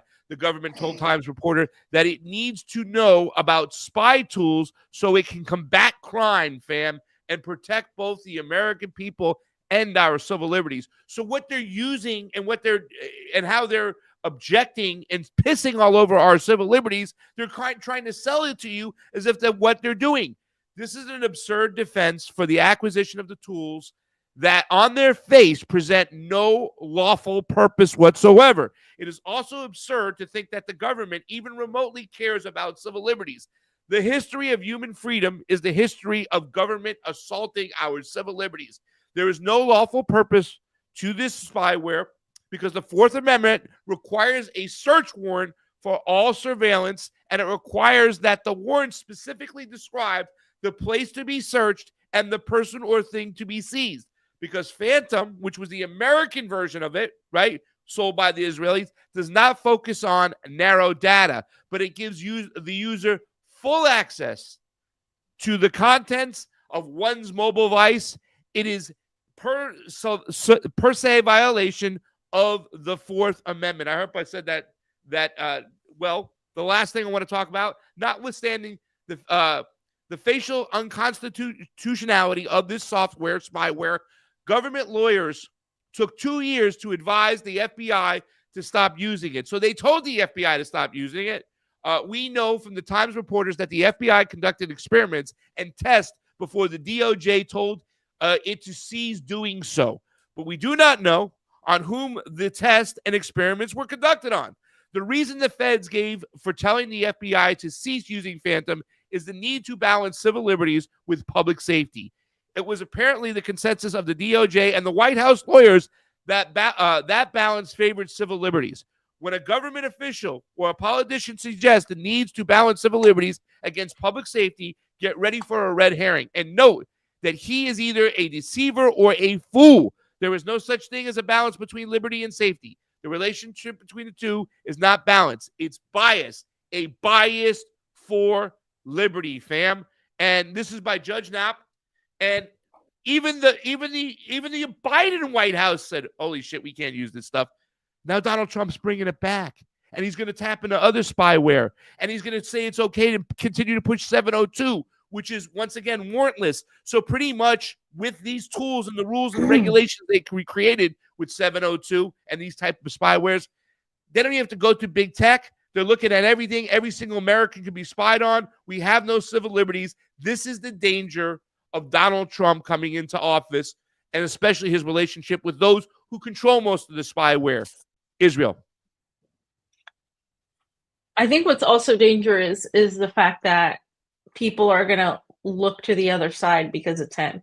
The same way that people look to the other side when it's the Democrats, the people who are loyal to the Democrats or who have some sort of blind spot for them, you're going to see the same thing on the Trump side. It's not everybody, and they're more discerning than a lot of the liberals. They're more aware of the surveillance state. They're more in tune with like government overreach than the liberals are, but you're still seeing some of that. You're still seeing people make excuses about Donald Trump, saying, wait and see, he hasn't even gotten into office yet. But that's the whole point. He hasn't even gotten into office yet, and he's already telling you what he's going to do policy-wise. But people aren't looking at the policies and the actions. They're looking at the rhetoric. And that's the problem with Americans in general in the United States, is they get swayed by nice rhetoric and things people say, but not what they do. And what people do is far more important. So you gotta keep your eye on the money, and you gotta keep your eye on what people are doing more than anything.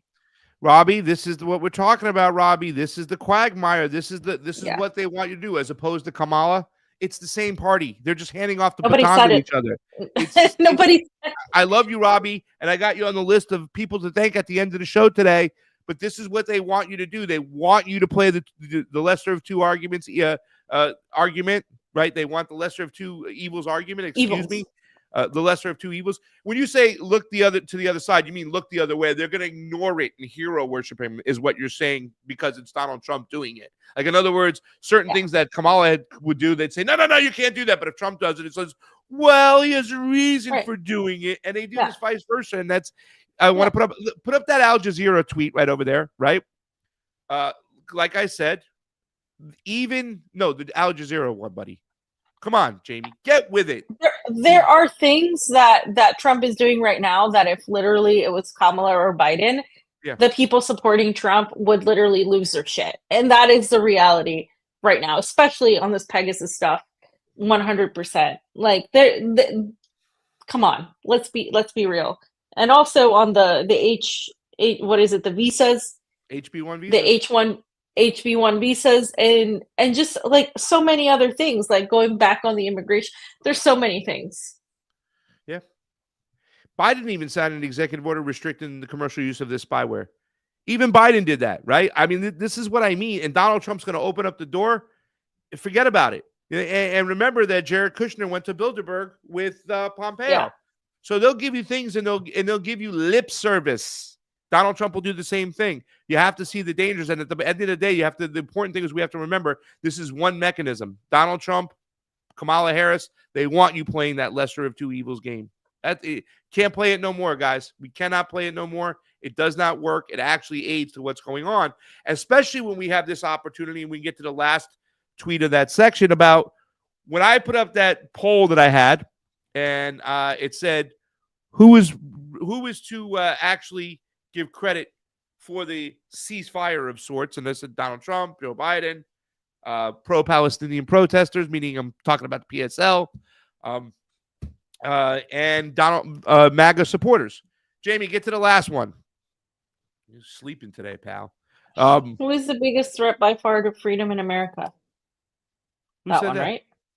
No, when I put up Jayme, the last tweet in that section. Last tweet. Who is Trump? Was it Trump's base that forced the ceasefire rhetoric? Get that up. Yeah, that's the tweet. Yeah. Yes. But I was talking a little bit. Pause that real quick. But I was talking earlier. The poll that I showed started from the beginning. Get the volume all the way up. The poll I put out there, like we said, and we talked this up, is so many people were praising Donald Trump for this shit, right? Now, watch this here. This is interesting and a little bit funny. Donald Trump has a social media site where he does polls, and it's interesting to see which way Donald Trump supporters vote and what they really think and feel. What is the biggest threat by far to freedom in America? 5% said Russia, 25% said radical Islam, and 67% said other. 2/3 of Donald Trump supporters said other. Well, who is the other? Here's a screenshot of most people's answers right there. And I took a screenshot of the nice ones. A lot of Trump supporters said the same thing, just less politely worded. And here's another one. Who is the worst enemy to America? 6% of Trump supporters said Russia. 27% said the Panda Bears. 12% said Iran. And 55% said other. That's more than half of Trump supporters. But now who is the other? Here's a screenshot. And again, I took a screenshot of the more politely worded ones. Now, what's telling about this polling is that right-wing and left-wing polling data shows to perceive the same enemy. So the division is not horizontal anymore, left-wing, right-wing. It's bottom versus top, people versus government. And that's a good thing. We want right-wing and left-wing on our side. And it's also telling that Trump knew the answer to this, but did not take these polls down. They had millions of views, fam, almost 3 million, 2.7 million on one. I can't remember the count on the other one. It's Donald Trump's base that is pushing back on this. And him or his handlers can read the room, right? Mm-hmm. Yeah, Donald Trump has great instincts. So do his handlers. They can read the room. So that's why they had to give them this rhetoric like he's pushing back. That's why he had to retweet Jeffrey Sachs's tweet going after Netanyahu. He's not really putting Netanyahu on a leash because the rhetoric is different than the policy. The rhetoric is different than the actual plan and what's going on. And you can see that Israel gets so much when they do this. Everybody wins in this situation when they give you this fugazi ceasefire because it's not a real ceasefire. The only real ceasefire is a defunding of Israel, even if it's cutting it in half. right? You know what I'm saying? That's still a move in the right direction, in my personal opinion. But I mean, this is Donald Trump's base. That's on Truth Social. That is saying this. This is the opportunity we have to seize. And like I said in the beginning of the show, and I'll say it right now, okay? The more he gaslights his base, the quicker it gets for him falling like a toilet seat. And they see him for the actor he is. The WWE Hall of Famer he is. There is no difference there. They just play different roles, but they all have the same goal: to further the oligarchy into the fourth industrial revolution, to make us less human, and to get to the AI generation because we're useless eaters. They don't care about us. They hate us. They would rather see us die, and Donald Trump works for them. There is no mitigating damage here again. Remember that, fam? We're mitigating damage. We're mitigating damage. No, there is no mitigation of damage. They're using the same arguments. Yeah. They're using the same arguments Biden supporters and Kamala supporters use. You're using the same arguments. Those defending Trump are using the same arguments. They're giving us the same lesser of evils regurgitations that we've heard before, just from the other side, which is complete hypocrisy also. You're supposed to be better than the liberals, by the way. You're supposed to be smarter because, you know, they're pretty dumb when it comes to this stuff too. So yeah. And this stuff is evil shit. This Pegasus stuff is evil. And Donald Trump's lifting the sanctions off NSO and letting them go ahead and go use it again. That's it. We got no privacy. They got everything on us. And I think Judge Knapp was talking about McGovern. Was it Ray McGovern who said this? Or it could be Kiriakou. The CIA, the intelligence company apparatus, has everything on every member of Congress. They got something on every member of Congress. And they're allowed to. They're allowed to collect your data, to run things. And if we don't recognize that, nothing's changing. They're furthering their plan. Donald Trump's coming in to do what he was supposed to do. It's just handing off a baton. So, you know, and Vault 7, really, that was the thing that was really awful. That was what really hurt Julian Assange. Julian Assange WikiLeaks Vault 7, where it showed you what the FBI and the CIA, the spying tools they have, where they can be listening on you. That's the thing that really got Julian. Steve would say that all the time, and I said it does make sense because Collateral Murder is an ugly, disgusting video of them killing journalists from Al Jazeera in there because they're carrying a camera, and they said they were carrying a gun. But that stuff happens every day in war. That's the disgusting stuff that happens. It's the exposing of these are the spying powers they have. That's why they really, and that should make you think for a second, because what we're seeing now, and Donald Trump, and here's the thing, I heard that, fam, there's more contracts coming down the road with more spyware from Donald Trump. Donald Trump was the one who directed the FBI to go ahead and use it. He said, go ahead, do it. You know what I'm saying? He knew what was going on. And 702 was the same practices that we used to spy on him, supposedly, right? So I don't know at what point they got him, co-opted him. Same thing with Bernie Sanders, but he's part of the blob now. He's part of the machine, and we have to recognize that. all right, fam, we're going way over time. Let's do the last section really quickly and just Yeah. let's talk about Zhao Hongshu. Or RedNote, right? He's trying really hard to say it. Zhao The Hongshu. Mandarin version. Zhao Or Hongshu. RedNote. Yeah. Little Or Red RedNote. Yeah. Give us some banners. What Jayme. about it? What about it, Pasta? It's beautiful so far. So are you on it? So far. Yes, I'm on it. I made my first post yesterday. You I didn't posted- follow me. How dare you? I will soon. That's the thing. I just got on it yesterday, and I played around for about 20 minutes, 20 to 30 minutes, right? And it was just so beautiful because it was so different than TikTok. TikTok, they claim, is a Chinese app. Thank you, Ben Shapiro. Thank you, Marco Rubio. Thank you, Tom Cotton. I'm Singaporean. Do you have a Chinese passport? Senator, I'm Singaporean. Did you ever work for the Chinese Communist Party? Senator, I'm Singaporean. But the thing about TikTok is it really didn't concentrate on what was going on in China. This is like a bridge. I was like, holy cow, this is amazing. I was seeing Americans that now moved to China and live there and teaching you how to speak Mandarin and talking about China and talking about the differences of culture. I mean, and it's so great. Xi comes out, makes a statement. It's about the youth connecting. And this is how we use technology in a positive way, right? And that's the problem. So many people, they want to run away from technology, right? They hate it. They hate Steve used to hates the robot dogs. I want to get away with that. You know, the was it the Black Mirror shit? The dogs. Mhm. He hates that stuff. He wants to kill that stuff, and I get it. But we can't. Everything can. A spoon could be used in a very bad way. That doesn't mean we get rid of it. You know what I'm saying?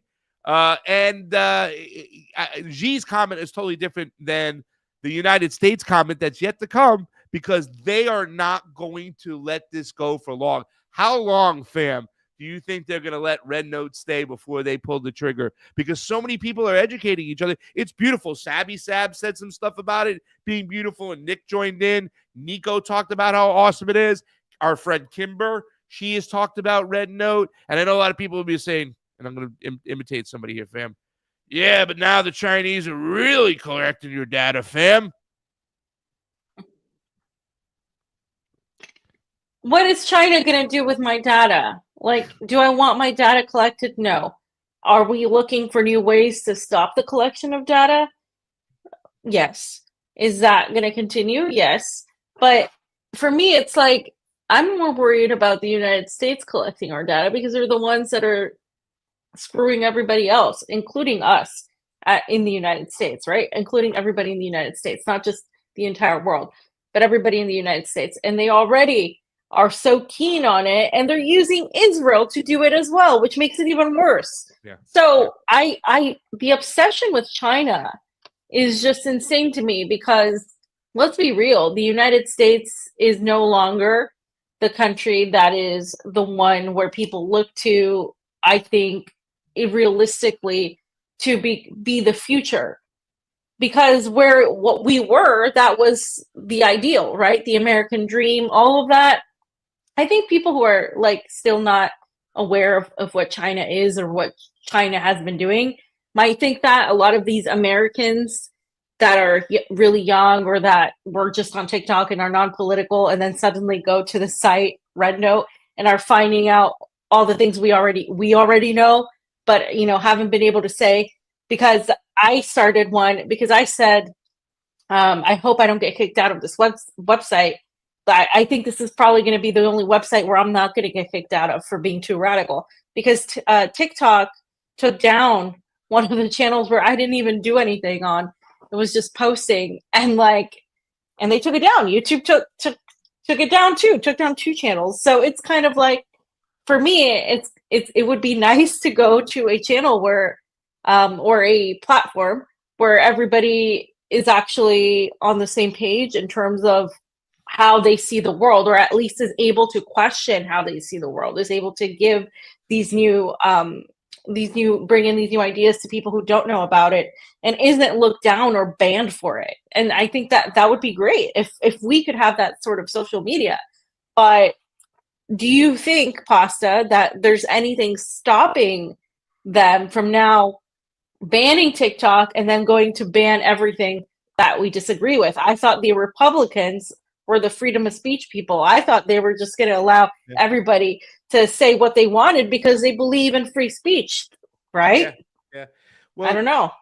The thing is that you're going to see a lot of Democrats like AOC and Sheeta, I'm sure, and all these other people saying that TikTok should have never gone away and try to act like free speech warriors when they said deplatforming worked. I mean, I'll never forget the fact that AOC writes a letter about reporting people bullying, and then we get deplatformed, demonetized the very next day with a bunch of us. And she told people to report, on to rat, pretty much like that. So I know they're going to try to use this and whatnot, but the whole apparatus, Democrats and Republicans, because they are the same party, doesn't want free speech out there.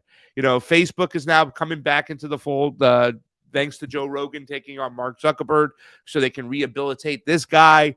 And then TikTok will go away. And Elon, you already know he's a cuck for the Zionist nation. So they're going to censor and squash all this information out there. The one thing that TikTok really did was expose what was going on, the horror, the murders that were going on in Gaza. And now that's going to go away. And that's a shame that it really is. And I have this clip from Marco Rubio. Let's get that up real quick as well. I think, first of all, that Zhao Hongshu is definitely one of the biggest backfire. Little Red Note is the biggest backfire for the United States. But also we have to be prepared of who's getting ready to buy it. And there is a video out there showing that there looks like there's some purchasers out there, and one of the purchasers is an Israeli company, right? So they want to buy this right now. So we have to be careful if this is not cheap herding to get people into a certain spot, like Catherine Austin Fitts talks about, so then they can control it and they can control you. We gotta keep pressing for open source systems, free speech, more than anything. We have to be very diligent in what we're trying to do. We have to be focused on what the actual issue is. It's transparency, the lack thereof. That when it comes to elections, when it comes to big tech, when it comes to everything, our laws, what's going on, we need to push for transparency across the board. And until we get that transparency, they're always going to have masters to control our speech. Here's Marco Rubio talking about, once again, fam, China. If we stay on the road we're on right now, in less than 10 years, virtually everything that matters to us in life will depend on whether China will allow us to have it or not. Everything from the blood pressure medicine we take to what movies we get to watch and everything in between, we will depend on China for it. They have come to dominate the critical mineral industry supplies throughout the world. Everywhere in the world, they've now established critical mineral rights.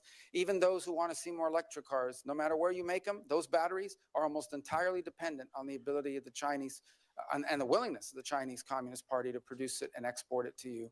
So if we don't change course, we are going to live in a world where much of what matters to us on a daily basis, from our security to our health, will be dependent on whether the Chinese allow us to have it or not. That's an unacceptable outcome.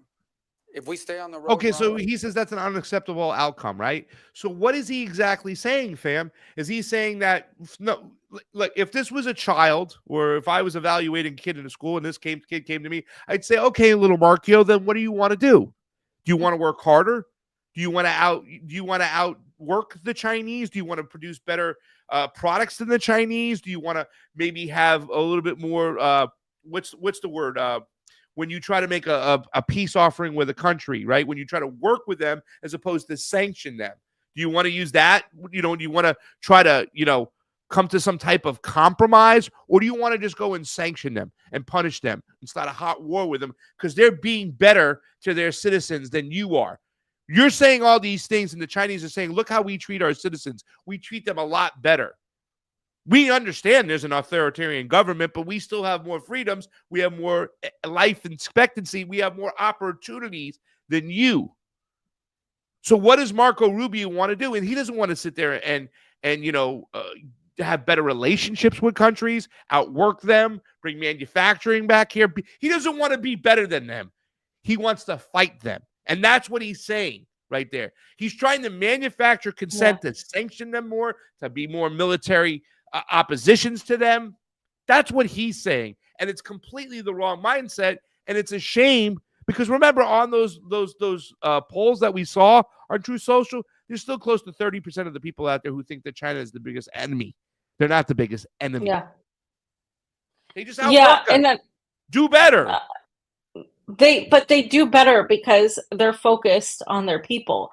Like we're focused on war and attaining more land, but with attaining more land, we're attaining more people and more problems. And it's just we've caused this for ourselves. He's right about China having assets. He's right about China gaining momentum. He's right about all of that. But who did that? We did that. Yeah. We've done it. We literally forced them to do that because we refused to be in any way. We've become so antagonistic with them that they have started forming relationships with even Russia. Remember, at one point, Russia and China were at odds with each other. Every action that we have taken has pushed them together and has pushed them to other markets that are not ours. We have decided that we need to export. We need to import everything and export nothing except our industries, our auto industries, and our main industries outside of the US for cheap labor.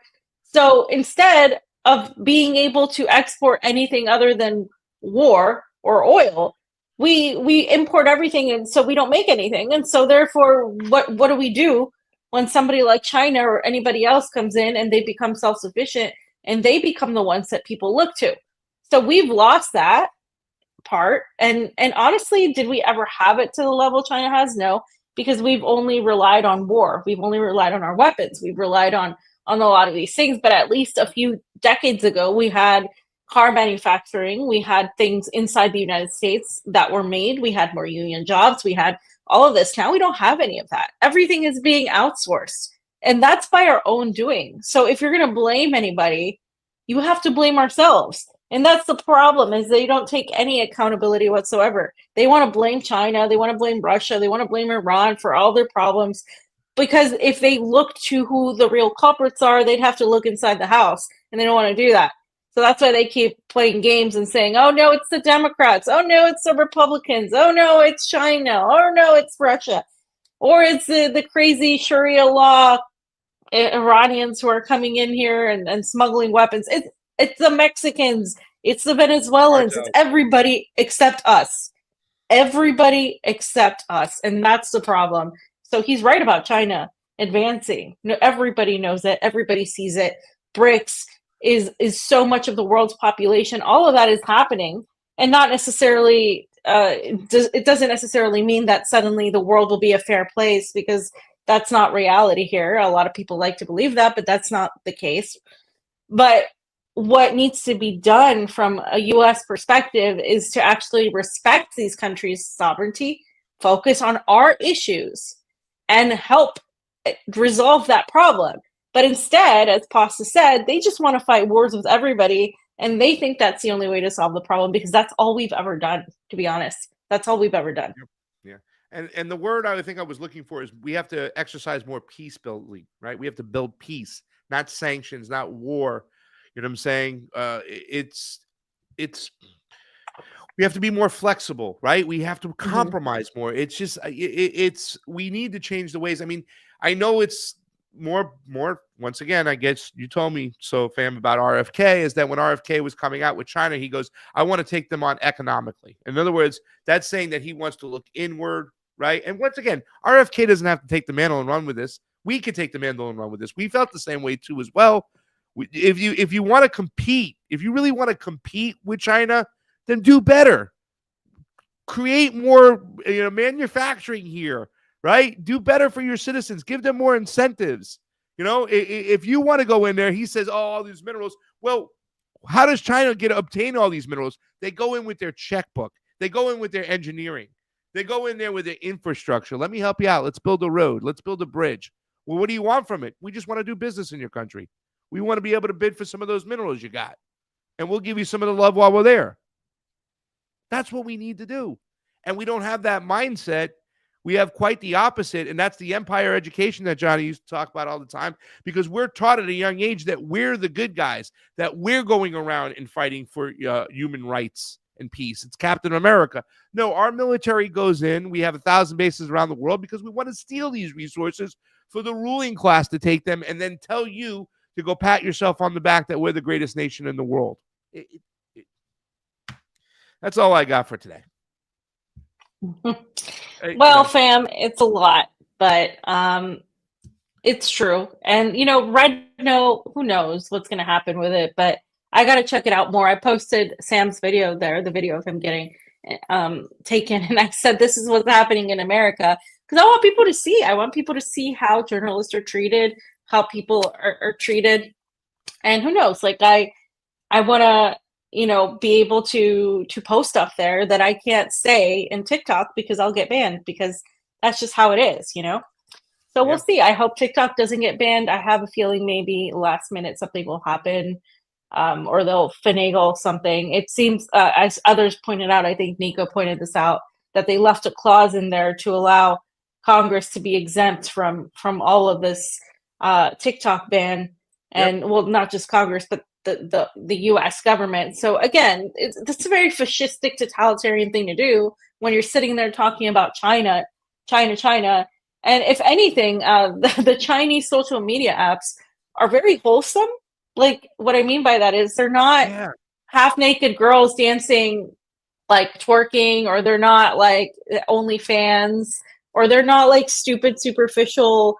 Like it's just so much less superficiality and more like, oh, look at this dog, or look at my trips, my travels. But it's just, there's a complete completely different like culture and aesthetic to it because they do things differently and they have a more collectivist perspective than we do in the US. We're more individualistic. So it means like, oh, look at my, my car, or look at all the skincare and makeup and stuff. I'm not saying that doesn't exist, but it's just like a different culture and done in a different way. The way we do it is very, very heavy on like selling, influencers selling you products, or influencers selling you an agenda of sorts, selling you this, that. Like it's very much based on motivating a capitalist society. And so it's funny to me when Republicans blame that on China, when that is just what we have bred to deliver to our society or our culture. That's what we are known as all over the world. Ask anybody in the world what Americans are known as, and they'll tell you what we're known as. Hollywood, this, that, arrogance, being boy. This I've known this since I was like 18 when I've traveled abroad and seen, the way people perceive us, especially even Europeans. The French don't like Americans, at least not last time I checked. And just, we don't have the best reputation. And yet we always blame everybody else as the problem for this. So if you want to ban TikTok because you think people are getting educated by the woke or the liberals and blah, blah, blah, that's our problem. That's not coming from China. That's coming from the United States. So that's all. Jayme, you have something up there you want to show? Because it looks like you have something in the woodworks there. And I want to go to thanking some people. What do you got over here, Jayme? This is the language, or the beginning of the language of the bill that was passed to ban TikTok, and there's actually very little mention of the word of TikTok in this bill. It's a sweeping legislation that applies to all social media. So what I think important to understand is that RedNote is going to be affected by this legislation exactly in the same way that TikTok is. Yeah, because ByteDance is involved. Yeah, you get an account on RedNote, they ban TikTok. Well, a week later, they're going to be banning RedNote for the exact same reasons with the same legislation, because everything in this bill applies to RedNote just like it applies to TikTok, which I don't think the bill should exist. I think it's a massive overreach by government, but I just think that's something to be aware of. Don't put a whole lot of time into RedNote if TikTok gets banned, because I don't think you'll be able to use it. Fee will, because she's in Moscow. But well, the thing is that what we want to do is the same thing. Listen, TikTok, I didn't really participate in. I listened to Asmer stuff over there and a lot of cooking videos. But the people who have a right to complain and should complain, the youth who are using that, not just people who use it for fun, but there's people who have businesses there and make money off it. Absolutely. And the youth should be pissed off, and we should be able to hear those criticisms, and they should be screaming from the roof. Well, the same thing should happen with RedNote too as well, because at what point do we act? Because like I said, the separating of differences, the biggest problem I have with that, Jayme, is that we don't recognize the whole mechanism against us, this whole blob that's operating against us, and we need to come together. One of the things I said on January 6th when I was out front, I was happy to see those people, because I'm like, great, now Donald Trump people, the populist right, they're understanding how our elections work, and we need them, because at the time it was mostly progressives, real progressives in that arena. But then half those progressives played team sports, and unfortunately, elections is a non-partisan issue, not a partisan issue. Which, by the way, me and Fiorella will be covering the Belarus general election. Hopefully, you know what I'm saying? Like I said, I'm waiting on the visa. Everything's got credentials, the whole 9 yards. At the very least, if I don't make it there, I know Fee will make it there, unless she gets shut out too as well. Who knows? The world hates us. And we're going to go cover the elections and talk about elections. So I'm very excited to do that. And like I said, a lot of the people, I want to mention them by name real quickly, because you guys have been able to support. We'll probably get up some type of fundraiser and send it out there. But there people like Jilly, Shanda. Please reach out to me, Shanda. I want to speak to you. I hope you're doing well. Oz, and I didn't see... I love you, Shanda. Yeah, I didn't see Amber here today, but thank you so much. Ruth, I love you. I'm going to see Fee. Give her your books. Indy, hanging on out. Indy said I did a very bad impression of Steve, and I think you should go to hell. Anna, Thank you so much. Keel, Nick, Bad Wolf, CheeseSlice, Grape, That's Jayme. Robbie Burns, Natalie Dubs, William, Sky, Fred, you got here a little bit late. So did you, Miguel, but you got here. DC, you got here really late, but we still love you. Denver Attaway hanging over on Rockfin, Mastermind, Theron, Popeye, you guys got here late, but still you got here. If I'm missing everybody else out there, Kiwi, I see. I hope I didn't miss anybody. I love you guys. There's so many people. Thank you so much for all the years. We're going to continue to do what we love. I mean, I told Jayme today, I said, I got a lot of stuff going on here. Obviously, you know about Mama Pasta, had a stroke. She's moving along slowly, but it is a slow process, and it's a very hard thing to deal with. But, you know, my sister's going to cover and send me to, let me go to Belarus, because I still think this is an avenue we own. Shauna Burley used to say, this is amazing that you guys are doing that stuff. We have a different perspective. A lot of people don't do this. And I think it's really important. And all those people that I named, I know for so long, you guys have been able to help us do that. And it means so much, not to us, but I just think for the movement itself and the truth, and to cut through the propaganda, especially when it comes to elections, because elections are very nefarious, because they can tell you that somebody wants that this is the people's choice when that didn't happen, and that will make you accept it. So when we can highlight other elections, and also too, the first thing that the foreign policy intelligence apparatus goes after when it goes to demonize a country or try to sanction them is their elections. We were on the ground in Nicaragua, and they were calling it Biden himself pantomime elections. That is what they do. So we have to be able to combat that and tell you, was it legit or not legit? Give it a grade, show it, and have the proof behind it. So thank you to everybody out there who's been able to do that out there. And a special thanks to Oz as well. We love you guys. And Shanda, we love you. Oh, Oz. Not the mature look. I'm just getting old. Good old Oz. Well. All right. That's it, guys. Still haven't thought about an outro, but it'll come to me when Pasta and I get together. No, it's not going to be Truth Out. That's so cheesy. You got what? We got Joe Pesci. I wanted to play it after Marco Rubio spoke, but it's this okay. Yeah, I don't want to Nick Hall just brought up the Romanians. Oh, I thought that said Pepsi clip. Look, let's think in Indy. We got to think Indy for this. Hey! Brothers. Let me take that banner off. 3 years later. Thank you, Jayme. Look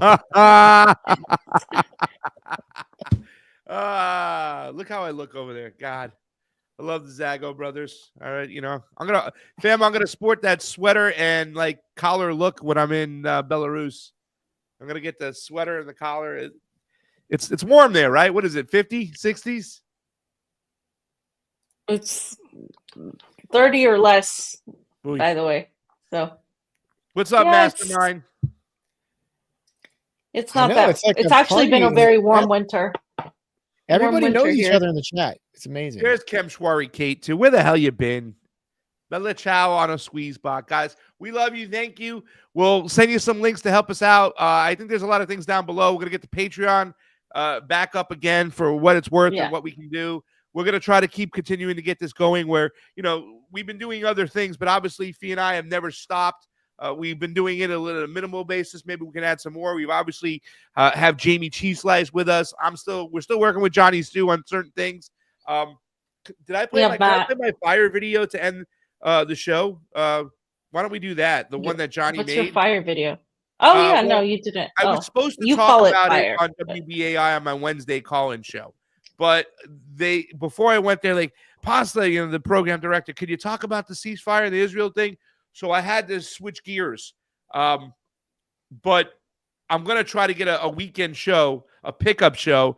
But this is the video that Johnny made. And, you know, listen, throughout this whole journey, you know, obviously I'm a different person, a different journalist, a different political commentator I am today than I was back now. It's same thing with Fee, you know, the evolving and whatnot. But I try to lay out all points of view so we can have a conversation about everything. I never try to demonize or let my own personal opinions come in to a subject at hand, even if it's something I disagree with the populist right, where they blame everything on illegal immigration, everything. There's still Pasta's very polite, and I don't hold back. So, but I just try to it lay works back out. everything.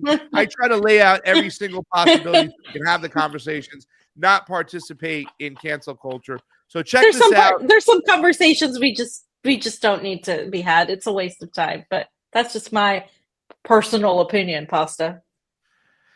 We're out. We'll see you later. We're going to finish up with this video. Thank you to Jayme, CheeseSlice, all the people we love out there. Thank you to Fee, me, myself. Thank you to all the listeners out there. We can't do this without you.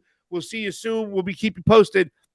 Probably be back Monday, right, fam? We got to do a Monday show, the inauguration day. I probably won't be back Monday. You know what I'm saying? But we did Monday and Friday this week. It's kind of cool. We did 2 shows in 1 week. We haven't done that in a while. Hopefully we can keep it going. But like I said, I'll be traveling during the week, so we'll get some stuff while we're on the ground to make up for the show we missed. But we'll be back Monday for sure. We love Johnny Sue too as well. We'll see you guys later. Get us off the screen. I'm going to play this video. Well, real quick, like Monday, I'm going to be going to the inauguration. Right. Jamie's going to the inauguration. Going to meet up with Don DeBar and other people. So hopefully Jayme can get some footage that we can play. Well, we'll see. They're moving it indoors, so I don't know. Oh, I know. You said that. I just somebody stood up before the show. Gabrielle Freedom. She just kind of sent me the message about that too. I love you too, Gabrielle. We love you guys. We're out. I'm gonna play this, Jayme, get us off the screen, and I'll just play us out. Who is to blame for the fires in Los Angeles, and who will we hold accountable? Is it nature, humanity, failed politicians, or something more sinister? Let's unpack this because the answers are not as simple as pointing to a matchstick. First, the majority of Democrats say we can't ignore climate change, a force that they say is exacerbating droughts, intensifying heat waves, and creating a perfect storm for these fires. Some argue individual negligence, like carelessly tossed cigarettes or unextinguished campfires light the literal spark. We've even seen tweets from prominent right-wing news personalities blaming, you guessed it, illegal aliens. But personal actions are dwarfed by systemic neglect of power companies like PG&E, whose crumbling infrastructure has been directly linked to sparking wildfires. And let's not forget about politicians like Gavin Newsom and Karen Bass, who despite years of warning about every aspect of potential unnecessary fires, just shrugged their shoulders and passed the blame on to the fellow members of their party. So much for unity. And finally, what about those in the truther community who swear up and down like direct energy weapons from a HARP and geoengineering are the real culprits here? But the important question is, who stands to lose? Well, it's the everyday people. Families displaced, lives uprooted, and communities reduced to ashes. Wildlife, too, faces devastation, habitats destroyed, species pushed closer to extinction. Meanwhile, frontline workers, firefighters, first responders, and even, yes, prisoners put their lives on the line, often underfunded and underappreciated. And who stands to gain? Let's follow the money. Vulture capitalist companies like BlackRock, State Street, and Vanguard will most definitely swoop in and snatch up scorched land at bargain prices. Fire insurance, in which companies have already canceled policies months before this storm, will be next to impossible to obtain. Ultimately, the Los Angeles fires reflect a stark divide, a system where profits thrive on peril and those responsible escape the flames, leaving the rest of us to sift through the ashes. It's time to flip the script and demand accountability from the parties responsible. Because if we don't, these fires will keep burning, and not just our forest, but the foundations of our society. And with that being said, who do you think is responsible?